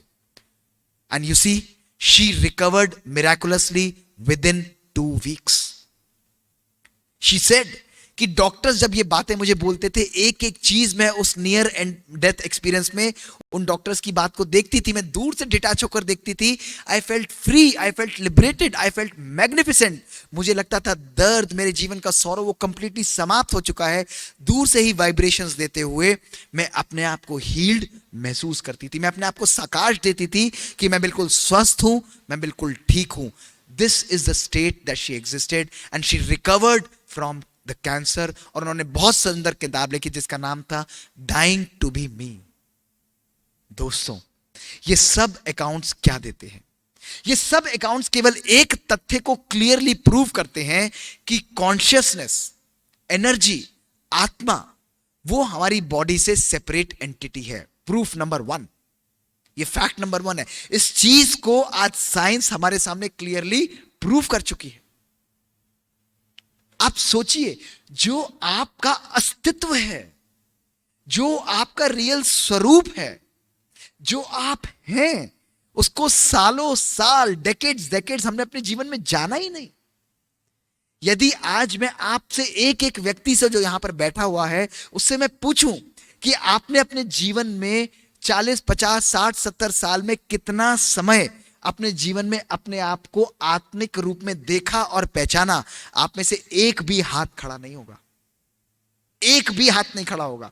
यदि 10-20 साल की बात छोड़िए, मैं आपसे बोलूं, आज ही के दिन में आप में से कितने लोगों ने अपने आप को आत्मिक स्वरूप में देखा? आप लोग कहेंगे शायद 1 मिनट भी मैं उसको देख नहीं पाया। ये हाइट ऑफ इग्नोरेंस है, ये अंधकार का चरम सीमा है कि जो हम हैं वो हम अपने आप को जानते नहीं हैं, और जो हम नहीं हैं उसी भान के अंदर पूरे दिन हम अपनी लाइफ को जीते रहते हैं दोस्तों। और हम कहते हैं हम आध्यात्मिक हैं, हम परमात्मा को याद करते हैं। दोस्तों, ये कैसी याद है? ये किस प्रकार की याद है जो हमको स्वयं से ही परमात्मा से दूर लेती चली जाती है? Consciousness is an entity which is separate from the body. Fact number 1, हमारी आत्मा, हमारी एनर्जी हमारी बॉडी के भी बाहर एग्जिस्ट कर सकती है। Fact number 2 and fact number 3 is हमारी आत्मा, हमारी एनर्जी पुनर्जन्म लेकर डेथ के बाद भी दोबारा उसी कॉन्शियसनेस, उसी रूप में ही जन्म लेती है दोस्तों। ये फैक्ट नंबर 3 है। एंड फोर्थ फैक्ट है, यदि हम अपने संकल्पों को चाहें, हमारी आत्मा, हमारी एनर्जी उन्हीं रिकॉर्डिंग्स को लेकर, पूर्व जन्मों की रिकॉर्डिंग्स को लेकर बार बार जन्म लेती रहती है। और क्यों लेती है? क्योंकि हम अपने स्वरूप को रियलाइज नहीं करते। जब हम पहचानेंगे नहीं कि मेरा स्वरूप आत्मा है, मेरे स्वरूप कॉन्शियसनेस है, तो मैं उसकी रिपेयर कैसे करूंगा, मैं उसकी मरम्मत कैसे करूंगा? अगर आप मेरे पास आए डॉक्टर रूप से, एक पेशेंट के रूप में, और मैं आपके एलिमेंट को ही नहीं पहचान पाया, आप लेकर आए हार्ट की परेशानी में, आपको गैस की दवाई देकर चल दूंगा, आपकी इलाज होगा या नहीं होगा? आपका इलाज हो ही नहीं सकता। इसीलिए आज के धर्म, आज के शास्त्र, आज के गुरु, आज के महात्मा इस इलाज को करने में असंभव रहे हैं, दे पाए हैं, केवल आपको कुछ पल का सुकून दे पाए हैं। अच्छी बातें उन्होंने की, लेकिन आपकी आत्मिक स्वरूप में स्थित कर कर आपके मन, आपके संकल्पों की सर्जरी, आपके संकल्पों का ऑपरेशन जो आपको स्वयं करना होता है, उसको करने में आज हम लोग अपने जीवन में कामयाब नहीं हुए हैं। दोस्तों, साइंस की कितनी एविडेंस आ चुकी है, आप कितनी एविडेंस चाहेंगे? मैंने तो कुछ रखी, ये सारी लिस्ट ऑफ एविडेंस है आपके सामने। जितना आप पढ़ना चाहें, जितना आप करना चाहें, आज साइंस हमको इमेंस एविडेंस आज दे रही है। और लास्ट एविडेंस आती है God spot in brain. Mario Beauregard and Vincent Paquette ने फंक्शनल मैग्नेटिक रेजोनेंस इमेजिंग की ब्रेन की। योग की चरम सीमा के अंदर, आध्यात्मिकता की, मेडिटेशन की स्टेट के अंदर जब उन्होंने ब्रेन के अंदर फंक्शनल इमेजिंग की, तो उन्होंने देखा कि ब्रेन के अंदर साइकोमोटर एरिया, यानी हाइपोथैलेमो हाइपोफिशियल एरिया, जो ब्रेन का सेंटर है, वो एरिया मैक्सिमम इल्यूमिनेट हुआ, पावरफुल तरीके से इल्यूमिनेट हुआ। और उन्होंने कहा कि the only unpaired organ of our brain, brain में हर चीज दो है, राइट एंड लेफ्ट, आंखें भी दो, सब कुछ दो है, लेकिन पिनियल ग्लैंड एक है। उन्होंने कहा कि पिनियल ग्लैंड के एडजेसेंट हमारी कॉन्शियसनेस, हमारी लाइट का निवास है, जिसको उन्होंने फंक्शनल इमेजिंग के द्वारा देखा। और दोस्तों, उसी की स्मृति आज तिलक दिया जाता है। तो कहां पर दिया जाता है तिलक? कहां पर दिया जाता है? बताइए सभी लोग, हाथ खड़ा करके बताइए, कहां पर दिया जाता है? कभी हाथ पर तिलक देते हैं, या कभी चीक्स पर तिलक देते हैं, या कभी छाती पर तिलक देते हैं? कहां पर दिया जाता है? तिलक हमेशा माथे पर दिया जाता है। लेडीज बिंदी लगाती हैं, कहां पर लगाती हैं? हाँ, हाथों पर लगाती हैं। कहां पर लगाती हैं? आत्मिक स्मृति का तिलक यहां पर दिया जाता है। ये स्मृति का तिलक दिया जाता है। दोस्तों, लियोनार्डो दा विंची, जो बहुत फेमस साइंटिस्ट रहे हैं, जो बहुत फेमस पेंटर रहे हैं, आज से करीब कितने साल पहले इन्होंने इस चीज का लोकस ऑलरेडी डिटरमिन कर दिया। तो उन्होंने कहा था कि जहां ब्रेन की दोनों रेज मीट करती हैं, ट्राइसेक्शन मीट करता है, वो सेंटर पॉइंट ऑफ ब्रेन ही हमारी कॉन्शियसनेस, हमारी आत्मा का निवास स्थान है। फ्रेंच फिलोसोफर रेनी डिस्कार्टिस, उन्होंने यही कहा था, pineal gland is the seat of soul, it is the only unpaired organ of our body. And इस सेंटर को एनाटॉमिकल सेंटर कहा जाता है। और जब हम मेडिटेटिव स्टेट में होते हैं, हमारे इस सेंटर से एक बहुत पावरफुल केमिकल एमिट होता है, जिसका नाम है DMT, जो हमको डिवाइन एक्सपीरियंसेस में हमको ले जाता है। तो दोस्तों, आज ये सब बातें, ये साइंटिफिक एविडेंस हमारे सामने हमको प्रूव करती है कि जिस तरह एरोप्लेन चलाने के लिए पायलट आगे बैठता है कॉकपिट में, जिस तरह गाड़ी चलाने के लिए ड्राइवर आगे सीट पर, ड्राइवर की सीट पर बैठता है, जिस तरह स्कूटर चलाने के लिए आप आगे स्कूटर की सीट पर बैठते हैं, जिस तरह ऑपरेशन करने के लिए डॉक्टर आगे जाकर प्रोएक्टिव होकर ऑपरेशन करता है, इसी प्रकार इस शरीर रूपी गाड़ी को चलाने के लिए भी हमारे अंदर बैठी हुई कॉन्शियसनेस, एनर्जी, गॉड स्पॉट और जो आत्मा है, वो आगे यहां पर निवास करके हमारे शरीर को कंप्लीट रूप से कंट्रोल करती है। Hence proved. क्लियर, प्रश्नों से रहित, ऑल एविडेंस बेस्ड। आत्मा है क्यों माने? मैंने तो कभी देखा नहीं। आप देखो आत्मा को, कितना अनुभव करना चाहते हो, कितना इसके अस्तित्व को समझना चाहते हो। अब क्यों हमको मुश्किल होती है? क्यों हमको मुश्किल होती है? आप एक बात बताइए, आप में से कोई भी व्यक्ति खड़े हो जाइए। हाँ, चलिए मैडम आप खड़े होइए। आपके बच्चे हैं, बच्चे हैं आपके, राइट?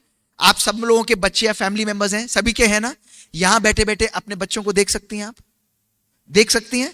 देख सकती हैं मन के द्वारा? पिक्चर आ रही है आपके सामने? यस और नो सभी के पास? यस और नो जोर से बताइए। क्यों आ रही है? क्योंकि आप रोज उनको देखते हैं, रोज उनको देखते हैं, रोज उनको अनुभव करते हैं, तो रोज उनकी पिक्चर आपके सामने आ जाती है। अगर मुझे कहा जाए कि मैं आपके बच्चों को देखूं तो मैं देख पाऊंगा या नहीं देख पाऊंगा?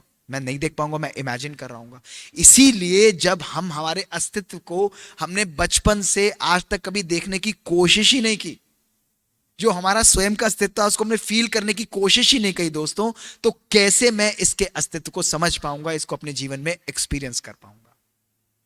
और जब इसकी फिजियोलॉजी, इसकी केमिस्ट्री, ये आत्मा कार्य कैसी करती है? मन, बुद्धि और संस्कारों के द्वारा। मन सोचता है, बुद्धि निर्णय करती है, और जब हम मन और बुद्धि के द्वारा कार्य करते हैं तो वो हमको एक्शन देता है, हमारे ब्रेन के ऊपर एक पावरफुल इंप्रेशन छोड़कर दोस्तों चला जाता है।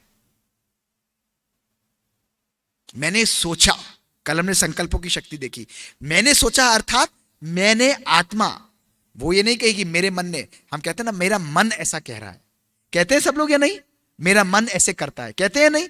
अर्थात अंदर वही बैठी हुई शक्ति बोल रही है। अब देखो सब चीजों को आप नरेट करोगे, मेरे अंदर बैठी हुई शक्ति बोल रही है मेरा मन ऐसा कहता है, मेरी बुद्धि ऐसे कहती है, मेरी बुद्धि ये निर्णय दे रही है। यानी वो आत्मा कह रही है कि ये मन मेरा है, ये बुद्धि मेरी है, मन के द्वारा मैं सोचती हूं, बुद्धि के द्वारा मैं निर्णय करती हूं, और मन और बुद्धि जब निर्णय करते हैं तो मैं डिसीजन लेकर उस कार्य एक्शन को या तो करती हूं या मैं उसको नहीं करती हूं, या वो संस्कार बनेगा या वो हैबिट नहीं बनेगी। This is the magic of our soul. Negative सोच, negative karma, negative life, everything from your soul, everything from your thoughts। तभी हमारी आत्मा की जो इन्नेट क्वालिटीज जो मैंने आपको कल बहुत सुंदर रूप से दिखाई थी, हमारी आत्मा का निजी गुण है शांति, सुख, आनंद, प्यार, खुशी, पवित्रता, ज्ञान और शक्ति। ये हमारी आत्मा की ओरिजिनल क्वालिटीज हैं। लेकिन कई जन्मों के लेप पढ़ पढ़ के, कई जनों की आदतों को हमने अपने मन पर रख रख के अपनी आत्मा को मलिन और मैला कर लिया है। आप में से किसने इन संज्ञाओं को सुना है? ये पुण्य शरीर है, ये पाप शरीर है, ये महान शरीर है, ये देव शरीर है। सुना है कभी ने? नहीं सुना? यस और नो सभी लोग उत्तर देना पड़ेगा इसका, यस और no. No, it is not possible. संज्ञाएं कैसे देते हैं? पुण्य शरीर नहीं, ये पुण्य आत्मा है। ये महान शरीर नहीं, ये महान आत्मा है। ये देव शरीर नहीं, ये देव आत्मा है। ये पाप शरीर नहीं, ये पाप आत्मा है। संज्ञाएं दोस्तों आत्मा को दी जाती हैं। यदि वो परम पिता परम आत्मा है, परम पिता परम आत्मा है, परम शरीर नहीं है, तो उसकी संतान हम लोग शरीर होंगे या आत्मा होंगे? अब बताइए आप लोग। लॉजिक, इसमें क्या रॉकेट साइंस है? आपको साइंस चाहिए थी, साइंटिफिक रूप से मैंने आपके सामने रखा। It is so simple, so logical, so practical. और इस प्रकार से जब हम अपने जीवन को दोस्तों जीते हैं, इस जीवन जीने की कला को कहा जाता है art of living in soul conscious way, आत्म अभिमानी स्थिति में जीना, जहां शांति, पवित्रता, पुण्य यह हमारे जीवन का एक अस्तित्व बन जाता है। कोई भी धर्म, कोई भी वेद शास्त्र हो दोस्तों, हमारे जीवन का रंग काला, गोरा, पीला, अच्छा, सुंदर, ये मैटर करता ही नहीं लाइफ के अंदर। हर व्यक्ति के अंदर, हर धर्म के अंदर, हर शास्त्र के अंदर, चाहे कोई भी हो दोस्तों, चाहे हिंदू हो, मुस्लिम हो, सिख हो, ईसाई हो, हम कहते हैं हिंदू, मुस्लिम, सिख, ईसाई आपस में सब भाई भाई। कैसे भाई भाई? भाई भाई है क्योंकि आत्मिक रूप से सबके अंदर वही आत्मा विराजमान है। That is the science that we have in all of us. वो हम सबके अंदर है, वो हमारा अस्तित्व है, वो हमारे जीवन का दोस्तों आधार है। और सेकंड प्रोफेशनल में जब हम पढ़ते हैं, जब हम शरीर की बीमारियों के बारे में पढ़ते हैं, इसी प्रकार हमारे मन, हमारी आत्मा की बीमारियों के बारे में भी। डिजीज वर्ड दो शब्दों से बना है, डिस और ईज। जब इजीनेस हमारे शरीर, हमारे मन दोनों में से चली जाती है, तब हम बीमार होते हैं दोस्तों। आज नेगेटिव परिस्थितियां सबसे पहले हमारे मन पर असर डालती है। कल हमने अनुभव, संकल्पों के ऊपर असर आता है, हमारा संपूर्ण शरीर संपूर्ण रूप से डिस्ट्रॉय हो जाता है, हमारे कंप्लीट कंट्रोल समाप्त हो जाता है। एंजाइटी आएगी, डिप्रेशन आएगा, नेगेटिव आएगा। आज हार्ट अटैक की बीमारियां, कल मैंने आपको प्रूव करके दिखाया। आप में से जो जो थे, मैंने बताया कि कैसे हमारे संकल्प हमारे को हार्ट अटैक की बीमारियां, ब्रेन अटैक की बीमारियां, मस्कुलोस्केलेटल बीमारियां, कोविड जैसी बीमारियां, अल्जाइमर्स की बीमारियां, सब बीमारियों का मूल कारण है हमारे आत्मा, हमारी सोच, हमारी नेगेटिव थिंकिंग। और अगर इन बीमारियों से हमको विजय प्राप्त करनी है दोस्तों, डायबिटीज हो, हाइपरटेंशन हो, कोई भी बीमारी हो, उसके ऊपर विजय प्राप्त करनी है, तो अपने संकल्पों को, अपने मन को, अर्थात अपनी आत्मा को भोजन देना पड़ेगा। अपनी आत्मा का इलाज, उसको गोली खिलानी पड़ेगी। शरीर की गोली तो हम सब खाते हैं, डायबिटीज की गोली, हाइपरटेंशन की गोली, ये गोली, दर्द की गोली, फलाना गोली, हम सब खाते हैं। दोस्तों, कभी आत्मा की गोली को भी समझने की कोशिश की है? वो गोली कौन सी होगी? मंदिर, मस्जिद, चर्च, गुरुद्वारे जाते चले गए, हाँ, जा रहे हैं, परमात्मा को याद कर रहे हैं, जाके नदी में डुबकी लगाते हैं, सब जगह परमात्मा को पुकारते हैं, कभी तत्वों की पूजा करते हैं, कभी बिल्ली की पूजा, कभी चूहे की पूजा, कभी सांपों की पूजा, कभी पेड़ों की पूजा, किसकी उपासना हमने नहीं की? कभी लीव्स की पूजा, कभी हम आसमान की पूजा करते हैं, कभी सूर्य की पूजा करते हैं। दोस्तों, अगर पानी के अंदर स्नान करने से हमारी आत्मा पवित्र हो जाती है, अगर कुंभ के अंदर मेले में जाने से हमारी आत्मा पवित्र हो जाती है, तो चलो मैं रिस्पॉन्सिबिलिटी लेता हूं ब्रह्मा कुमारी की तरफ से कि मंडे टू फ्राइडे हम सब लोग जितने मर्जी विकर्म करेंगे, मैं आप सब लोगों को फ्लाइट से लेकर चलूंगा। सैटरडे संडे जाकर गंगा जमुना में स्नान करेंगे, पवित्र होकर आ जाएंगे। अगर कार्मिक फिलॉसफी इस तरह चलती होती दोस्तों, तो हम सब तो सदा पवित्र आत्माएं रहते, पवित्र आत्माएं रहते। दोस्तों, कर्मों की गति इस प्रकार से नहीं चलती है, आध्यात्मिक साइंस इस प्रकार से नहीं चलती है। केवल नाम के रूप से परमात्मा को याद करना, उसके आगे गाना गा देना, उससे मांग लेना, मंदिर मस्जिद में जाके दीप जला देना, अगर इस तरीके से हमारे जीवन का परिवर्तन हो जाए तो क्या कहने, फिर तो क्या कहने कि आप जो मर्जी पाप करो, परमात्मा आगे जाके हाथ जोड़ के खड़े हो जाओ, 2 लाख रुपए, 1 लाख रुपए का प्रसाद छोड़ो, परमात्मा ने माफ कर दिया, बहुत बढ़िया, आनंद ही आनंद है जीवन के अंदर। आध्यात्मिकता की जरूरत नहीं दोस्तों, ये आध्यात्मिकता नहीं है। आज आध्यात्मिक साइंस भी प्रूव कर चुकी है, परमात्मिक शक्ति भी साइंटिफिक रूप से एग्जिस्ट करती है। डॉक्टर पैम रिनोल्ड, डॉक्टर मेल्विन मोस, डॉक्टर गैरी श्वार्ट्ज, डॉक्टर, इन लोगों ने आज ग्लोबल कॉन्सेप्ट के हिसाब से यह प्रूव किया है कि जिस तरह आत्मा का अस्तित्व है, उसी तरह एक सुप्रा कॉन्शियसनेस, एक सुप्रीम कॉन्शियसनेस भी एक एनर्जी है, में एग्जिस्ट करती है, जिससे हम उस शक्ति को प्राप्त करके अपने जीवन में उस अनुभव को गेन कर सकते हैं। एक बहुत मजेदार आज डायलॉग आपके सामने रखता हूं, हंस हंस के आप लोग लोटपोट हो जाएंगे, बहुत आनंद आपको आएगा। और ये कहानी, ये डायलॉग है एक बच्चे का, एक स्टूडेंट का, एक क्लास के अंदर अपने टीचर के साथ। और ध्यान से सुनिए, आनंद उठाइए इस डायलॉग का, आपको आनंद आ जाएगा। वो स्टूडेंट को आकर टीचर क्या बोलता है, वो टीचर कभी भी परमात्मा के ऊपर विश्वास नहीं करता था। उसने बताया कि भाई हम सब लोग साइंस के स्टूडेंट्स हैं, ये परमात्मा कुछ नहीं होता, मैं परमात्मा के ऊपर कोई विश्वास नहीं करता, और मैं आपको बताऊंगा परमात्मा क्यों एग्जिस्ट नहीं करता। सब लोग शांति से बैठे हुए थे क्लास के अंदर। तो प्रोफेसर ने आकर डायलॉग आरंभ किया कि बच्चों, तुम लोगों में से कौन कौन मानता है कि परमात्मा है? सब लोगों ने हाथ खड़ा कर दिया कि हम मानते हैं परमात्मा है। प्रोफेसर ने पूछा कि क्या परमात्मा अच्छा है? सो स्टूडेंट ने कहा जी हाँ, परमात्मा बहुत अच्छा है। तो प्रोफेसर ने कहा कि बच्चों, तुमको 5 सेंसेस भगवान ने दी हैं, यानी साइंस ने तुमको दी हैं। क्या 5 सेंसेस के द्वारा तुम लोगों ने परमात्मा को कभी देखा है? उन्होंने कहा हमने नहीं देखा। उन्होंने कहा तुमने कभी परमात्मा को चखा है, उसको कभी स्मेल किया है, उसको कभी सेंसरी परसेप्शन यानी तुमने कभी उसको महसूस किया है? उन्होंने कहा नहीं सर, हमने कभी भी नहीं किया। तो प्रोफेसर ने कहा फिर भी तुम परमात्मा को बिलीव करते हो? उसने कहा जी हाँ, हम परमात्मा को मानते हैं।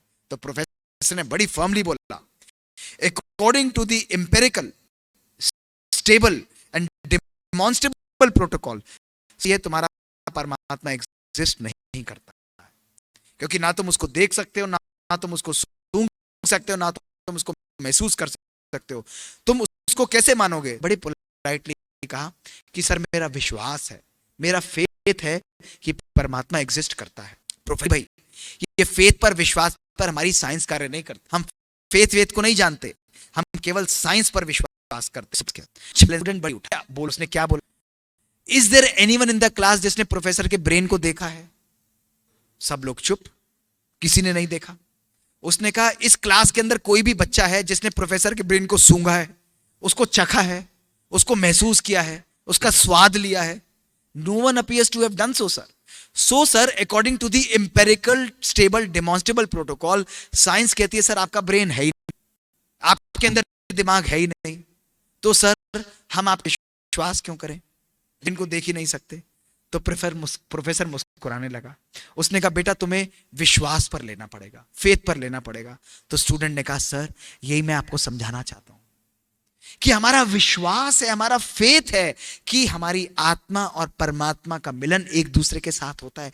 यही फेथ हमको जोड़ता है, यही विश्वास, आध्यात्मिकता का विश्वास एक व्यक्ति को, एक आत्मा को उस परमपिता परमात्मा के साथ दोस्तों जोड़ता है। और इस जोड़ को ही मेडिटेशन, इस जोड़ को ही कनेक्शन कहा जाता है। युज योग, इस मेडिटेशन, इस योग का ही दोस्तों दूसरा नाम है। जैसे आप देखो कि बल्ब है वो बुझा हुआ है, लेकिन जैसे ही वो स्विच ऑन करेंगे वो बल्ब जल उठेगा। इसी प्रकार आत्मिक बल्ब हमारे अंदर है, जैसे ही हम मेडिटेशन का स्विच ऑन करते हैं वो स्विच जो है प्रज्वलित हो जाता है, वो स्विच दोस्तों ऑन हो जाता है। इसी जोड़ की प्रक्रिया को मेडिटेशन कहा जाता है। दोस्तों मेडिटेशन लैटिन वर्ड है जिसका वर्ड मीनिंग है to heal. Word derive from the word, Latin word called mederi, to heal. Heal किसको? शरीर को थोड़ी ना, हील करना है आत्मा को, स्वयं को, अपने संकल्पों को, अपनी भावनाओं को, अपने जीवन को। दोस्तों इसी मेडिटेशन के द्वारा, कल मैंने बताया, जो हमको होलिस्टिक रूप देता है, केवल कर्म नहीं, कर्म के साथ कर्म योगी जीवन हमको देता है, राइट और लेफ्ट ब्रेन का बैलेंस करता है। कल कितने सुंदर रूप से हमने स्पष्ट किया, जो लोग कल नहीं आए थे उनके लिए मैं उनको दोबारा दिखाना चाहूंगा कि केवल 15 मिनट की मेडिटेशन के बाद हमारे ब्रेन के अंदर दोनों हेमिस्फीयर्स में कितना सुंदर रूप से सिंक्रोनाइजेशन आ जाता है, और 25 मिनट के बाद हमारे दोनों हेमिस्फीयर्स एक दूसरे के साथ दोस्तों बहुत सुंदर रूप से कार्य करते हैं। इसी सुंदर रूप को दोस्तों कहा जाता है मेडिटेशन को अपने जीवन में अभ्यास करना। एक ऐसा मन जो कि कंपैशनेट हो, एक ऐसा मन जो कि हर एक के लिए प्यार, हर एक के लिए शांति, हर एक के लिए पवित्रता अपने जीवन के अंदर दोस्तों धारण करता हो। क्या ऐसे मेडिटेशन के लिए, ऐसी अद्भुत शक्ति के लिए, ऐसे ज्ञान के लिए हमारे जीवन में कुछ पल हैं दोस्तों या नहीं?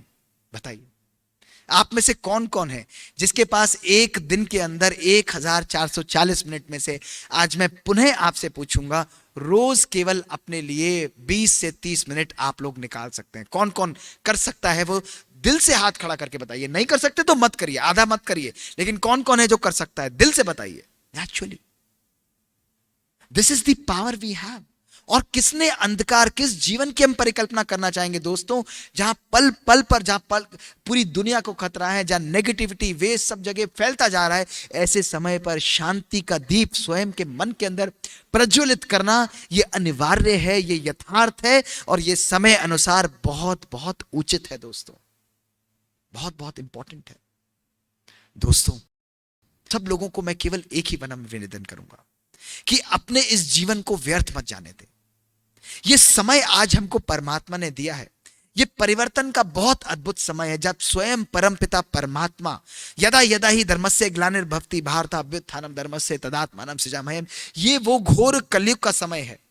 शिव जयंती का महत्व, शिवरात्रि का महोत्सव हमने बनाया दोस्तों। ये रात्रि, ये काल वाचक है। ये रात्रि उस रात्रि की बात नहीं, लेकिन जब कलयुग हमारे घर घर के अंदर आ जाता है, जब शकुनी, जब धृतराष्ट्र, जब दुर्योधन हमारे संकल्पों के अंदर आ जाता है, जब हमारे विचारों के अंदर नकारात्मकता आ जाती है, ऐसे घोर कलयुग पर स्वयं परमात्मा को अज्ञान अंधकार को मिटाने के लिए, ज्ञान सोजरे को, ज्ञान दीप को प्रज्वलित करने के लिए, वो दीपक जलाने का नहीं, ये आत्मिक दीपक को प्रज्वलित करने के लिए उसको स्वयं आना पड़ता है, अवतरण होना पड़ता है। सब देवी देवताओं का जन्म होता है, शिव का अवतरण होता है, शिव का अवतरण होता है। शिव के 16 रहस्य मैं कभी आपको आगे समझाऊंगा। उन 16 रहस्यों को आप आध्यात्मिक रूप से समझेंगे तो आपके दिमाग और आंख बिल्कुल हमेशा के लिए खुल जाएंगे। शिव का अवतरण होता है दोस्तों। तभी आज मैं आपको एक बहुत इंटरेस्टिंग बात बताऊंगा कि शिव के मंदिर के अंदर कभी भी शिवलिंग की स्थापना कभी भी दरवाजे से नहीं की जाती। मैं जानते हैं आप इस बात को? किसी भी मंदिर, किसी भी 12 ज्योतिर्लिंगम के अंदर शिव की शिवलिंग की स्थापना कभी भी दरवाजे से उसकी मूर्ति, उसके शिवलिंग को नहीं लाई जाती दोस्तों। देवताओं की मूर्ति लाई जाएगी, कृष्ण की लाई जाएगी, सबकी लाई जाएगी, लेकिन शिव के गुंबद को हमेशा, शिवलिंग को हमेशा मंदिर के ऊपर से स्थापित किया जाता है, उसको ऊपर से लाया जाता है। ये बहुत गहन रहस्य है। क्यों? क्योंकि शिव अवतरित होता है, तभी उसको स्वयंभू कहा जाता है। दोस्तों, ऐसे आत्मिक ज्ञान को आज आत्मसात करना बहुत बहुत आवश्यक है। तो आज हमने 2 दिन के अंदर बहुत सहज रूप से समझा कि आत्मा और आत्मा का यथार्थ अस्तित्व, परमात्मा और परमात्मिक शक्ति है जो आज आकर हमको परिवर्तन का बहुत पावरफुल संदेश दे रही है। दोस्तों, घंटे बज रहे हैं, आज नगाड़े बज रहे हैं, बार बार संदेश आ रहा है कि काम, क्रोध, लोभ, मोह, अहंकार, आलस्य ये सर्वव्यापी हो चुका है। इसको छोड़ो, आज अपने जीवन को परिवर्तित करो, अज्ञान अंधेरे को मिटाकर अपने जीवन को खुशनुमा बनाओ। आज इस समय उस परिवर्तन की वेला के अंदर अपने आप को परिवर्तित करना बहुत आवश्यक है। तो दोस्तों, अंत में वाणी को विराम देने से पहले मैं केवल एक बात 1 मिनट में आपको सुनाना चाहूंगा और फिर हम बहुत सुंदर योगाभ्यास करेंगे। और ये कहानी है एक व्यक्ति की जो अपने अंतिम जीवन के अंतिम सांसों को गिन रहा था। और ध्यान से सुनिएगा और इस कहानी को आज अपने जीवन में साथ लेकर जाइएगा, सदा लेकर जाइएगा। अच्छी लगे तो आत्मसात करके इसको जीवन में अपनाइएगा। करोड़ों की दौलत थी, बड़े बड़े मकान थे, बड़ी गाड़ियां थी दोस्तों उसके पास। उसके बच्चे, 3 बच्चे उसके पास आए और उन्होंने बोला कि पिताजी, आप हमें अपने जीवन की कुछ शिक्षाएं हमें दीजिए, ये अंतिम समय आपका चल रहा है। तो उसने बोला, बेटा मेरा जीवन ही बहुत सुंदर रहा है, मैं तुम्हें क्या शिक्षा दूंगा, बट केवल एक मेरी जीवन की अंतिम इच्छा पूरी करना। उन्होंने कहा, हम करेंगे, बताइए। उन्होंने कहा, ये माँ की दी हुई पुरानी जुराब है, इस जुराब को पहनाकर मेरा अंतिम संस्कार कर देना जब मैं प्राण त्यागूं। उन्होंने कहा, जरूर करेंगे पिताजी। और उन्होंने कहा, जब तुम संस्कार कर लो तो इस अलमारी के अंदर मैंने एक पत्र लिखा है, इसको आकर पढ़ना और पढ़कर वो संदेश तुम्हारे लिए होगा। उनके पिताजी ने प्राण त्यागे और जब उनका अंतिम संस्कार करने का टाइम आया तो वो महात्माओं के पास गए, ब्राह्मण के पास गए कि इस पुरानी जुराब को पहनाकर हमें अपने पिता का संस्कार करना है। ये उनकी अंतिम इच्छा थी। उस ब्राह्मण ने मना कर दिया, ये नहीं हो सकता। उन्होंने कहा, नहीं हमें करना है। उस ब्राह्मण ने कहा, ये हो ही नहीं सकता, कोई भी पुरानी चीज को पहनाकर उनका संस्कार नहीं किया जा सकता, यह असंभव है। उनकी बात को नहीं माना गया। उन्होंने अपना मन महसूस लिया, दुखी होकर, परेशान होकर दोस्तों वो रोते हुए घर वापस आए। बच्चों की आंखों में अश्रुधारा थी। सीधे अपने पिता के कमरे में गए और जाकर उस अलमारी को खोला। उस अलमारी को खोलकर उस पत्र को निकाला और पत्र को पढ़ने लगे। और ध्यान से सुनो, उस पत्र पर क्या लिखा था। उस पत्र पर लिखा था कि मेरे प्यारे बच्चों, तुमने देखा कि जब मैं इस दुनिया से गया तो मेरी करोड़ों की धन दौलत, मेरे 10-10 बड़े, मेरी 12-12 बड़ी गाड़ियां, मेरे बड़े बड़े सूट, मेरे गहने, मेरे जेवर, मेरे पास इतने लाखों करोड़ों की दौलत, उन सब की बात तो बेटा तुम दूर छोड़ दो, मैं अपने साथ अपनी मां की दी हुई पुरानी जुराब भी नहीं ले जा पाया। तुम सदा अपने जीवन में ध्यान रखना कि जब तुम शरीर छोड़कर इस दुनिया से जाओगे तो तुम अपने साथ दुनिया का कुछ भी नहीं लेकर जाओगे। तुम केवल अपने साथ अपने संस्कार, अपने मूल्य, अपने कर्मों का अकाउंट अपने साथ लेकर जाओगे। इसलिए सदा अपनी आत्मा, अपने जीवन के अंदर सत्कर्म करना, परमात्मा के ज्ञान को आत्मसात करना, ये पवित्र कर्म ही, ये पवित्र जीवन ही तुम्हारे जीवन का धरोहर रहेगा दोस्तों। और ऐसा कहकर वो पत्र समाप्त हो गया। आज अपने आप से पूछो कि हम अपने जीवन में क्या अपने साथ लेकर जाने वाले हैं। चलो आंखें खोलकर, चेहरा मुस्कुराते हुए फिर हम एक बहुत सुंदर यात्रा पर चलते हैं। बहुत सुंदर यात्रा पर चलते हैं। आज मजा आया साइंस सुनकर? हाँ, ऐसी साइंस कभी सोची थी आपने जीवन के अंदर कि कभी सुनने को मिलेगी?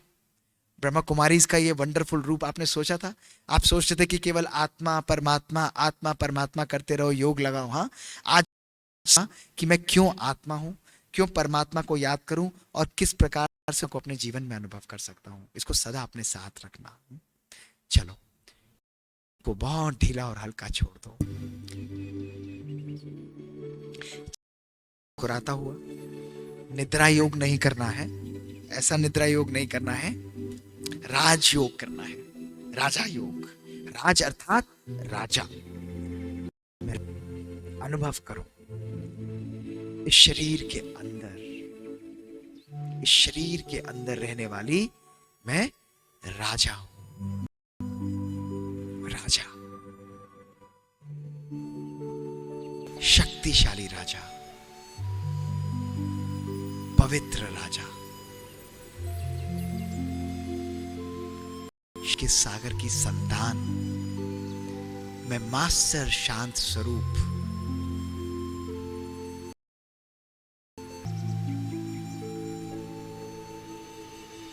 प्यार के सागर की संतान, प्यार का स्वरूप,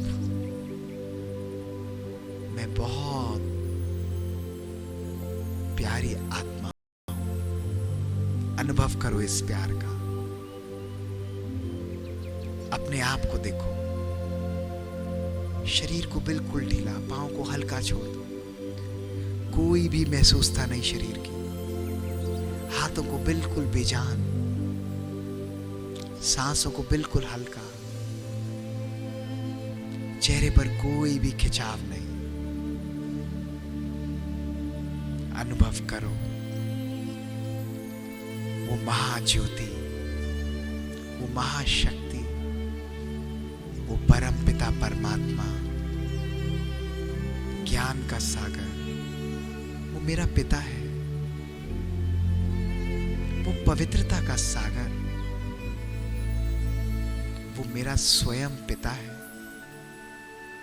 मैं उसकी संतान हूं, वो मेरा है। उसके सारे गुणों पर मेरा अधिकार है। अनुभव करो शांति, प्यार, शक्ति, आनंद, पवित्रता, सुख, ये सब फाउंटेन के रूप में मुझ आत्मा को कितना सुकून दे रहे हैं। हल्कापन, कोई भी विकल्प नहीं, चेहरा मुस्कुराता हुआ, मन पुलकित, जीवन के अंदर सुगंध। दोस्तों, इस स्वरूप को अपने साथ अनुभव करो। ये आपका अस्तित्व है, ये आपका स्वरूप है।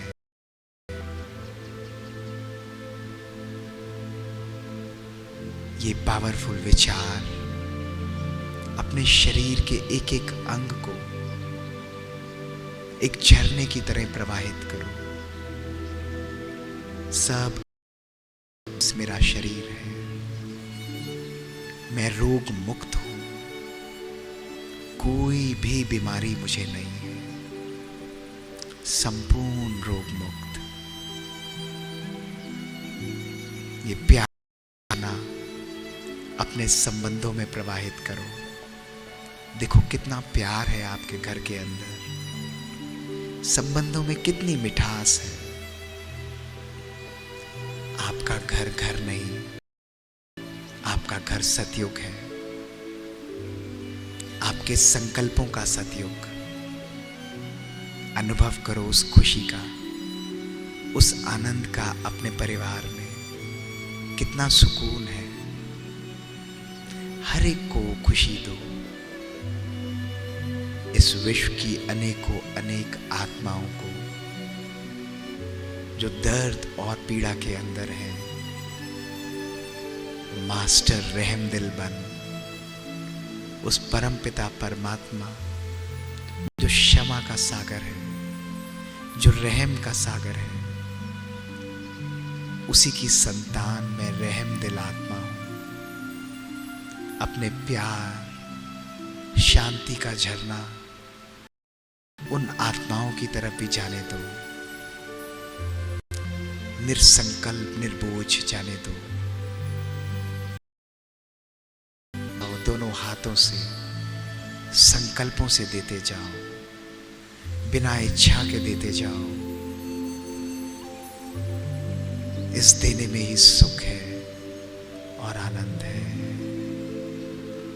मैं दाता स्वरूप मास्टर सर्वशक्तिवान की संतान हूं। धी शरीर में वापस आओ और राजा बनकर अपने आप को देखो। ये हाथ मेरे हैं, ये मुख मेरा है, ये आंखें मेरी हैं, लेकिन मैं राजा हूं। ये टांगे मेरी हैं, लेकिन मैं, ये मेरे अनुसार कार्य करेंगे। परमात्मा ओम शांति शांति ओम शांति।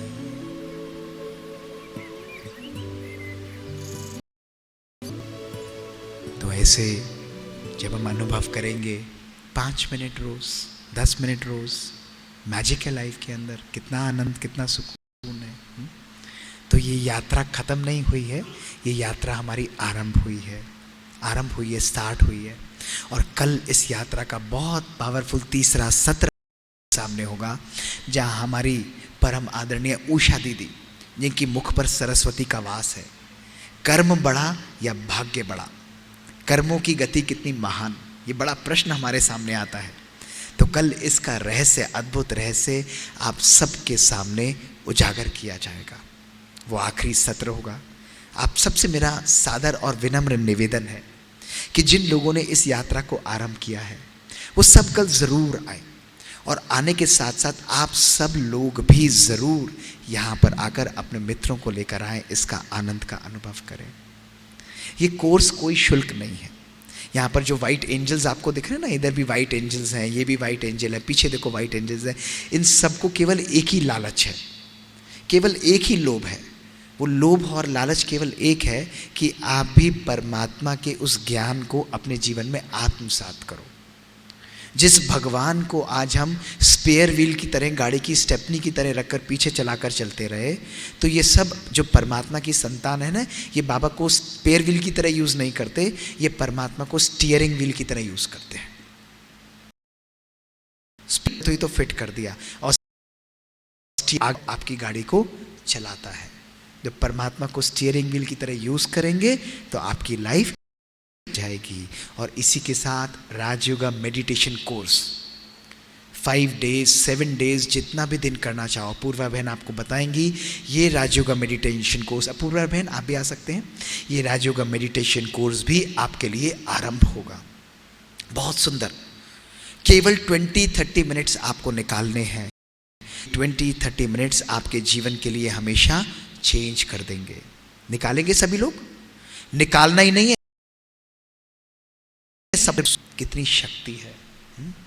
तो आप लोगों से पुनः मिलना ज़रूर होगा। मैं केवल यही कहूँगा कि शब्दों से और मेडल से और हमारे जीवन का परिचय नहीं होता। मेरा हमेशा जीवन में मानना एक रहा है कि कपड़ों से खुशबू आना आम बात है, लेकिन मज़ा तब है जब हमारी शख्सियत और हमारे की खुशबू आनी चाहिए। यही हमारे जीवन का सुंदरता, ये हमारे जीवन की ब्यूटी। और परमात्मा ऐसी शख्सियत, ऐसा किरदार हमारे जीवन में बनाता है। इन्हीं शब्दों के साथ आपसे शारीरिक रूप से इजाज़त चाहेंगे और दिल से, मन से हम सदा आपके साथ हैं। एक अपने मन का, अपनी भावनाओं का एक सुंदर अंश आपके पास छोड़कर जा रहे हैं, और हमें लगता है दिल से कि हमारा परिवार पुणे का और भी सुंदर बड़ा हो गया है। बगिया बहुत सुंदर बड़ी हो गई। अगली बार आएंगे तो आप सब लोग भी अपने मैजिकल एक्सपीरियंसेस स्टेज पर आकर शेयर कर रहे होंगे। ओम शांति।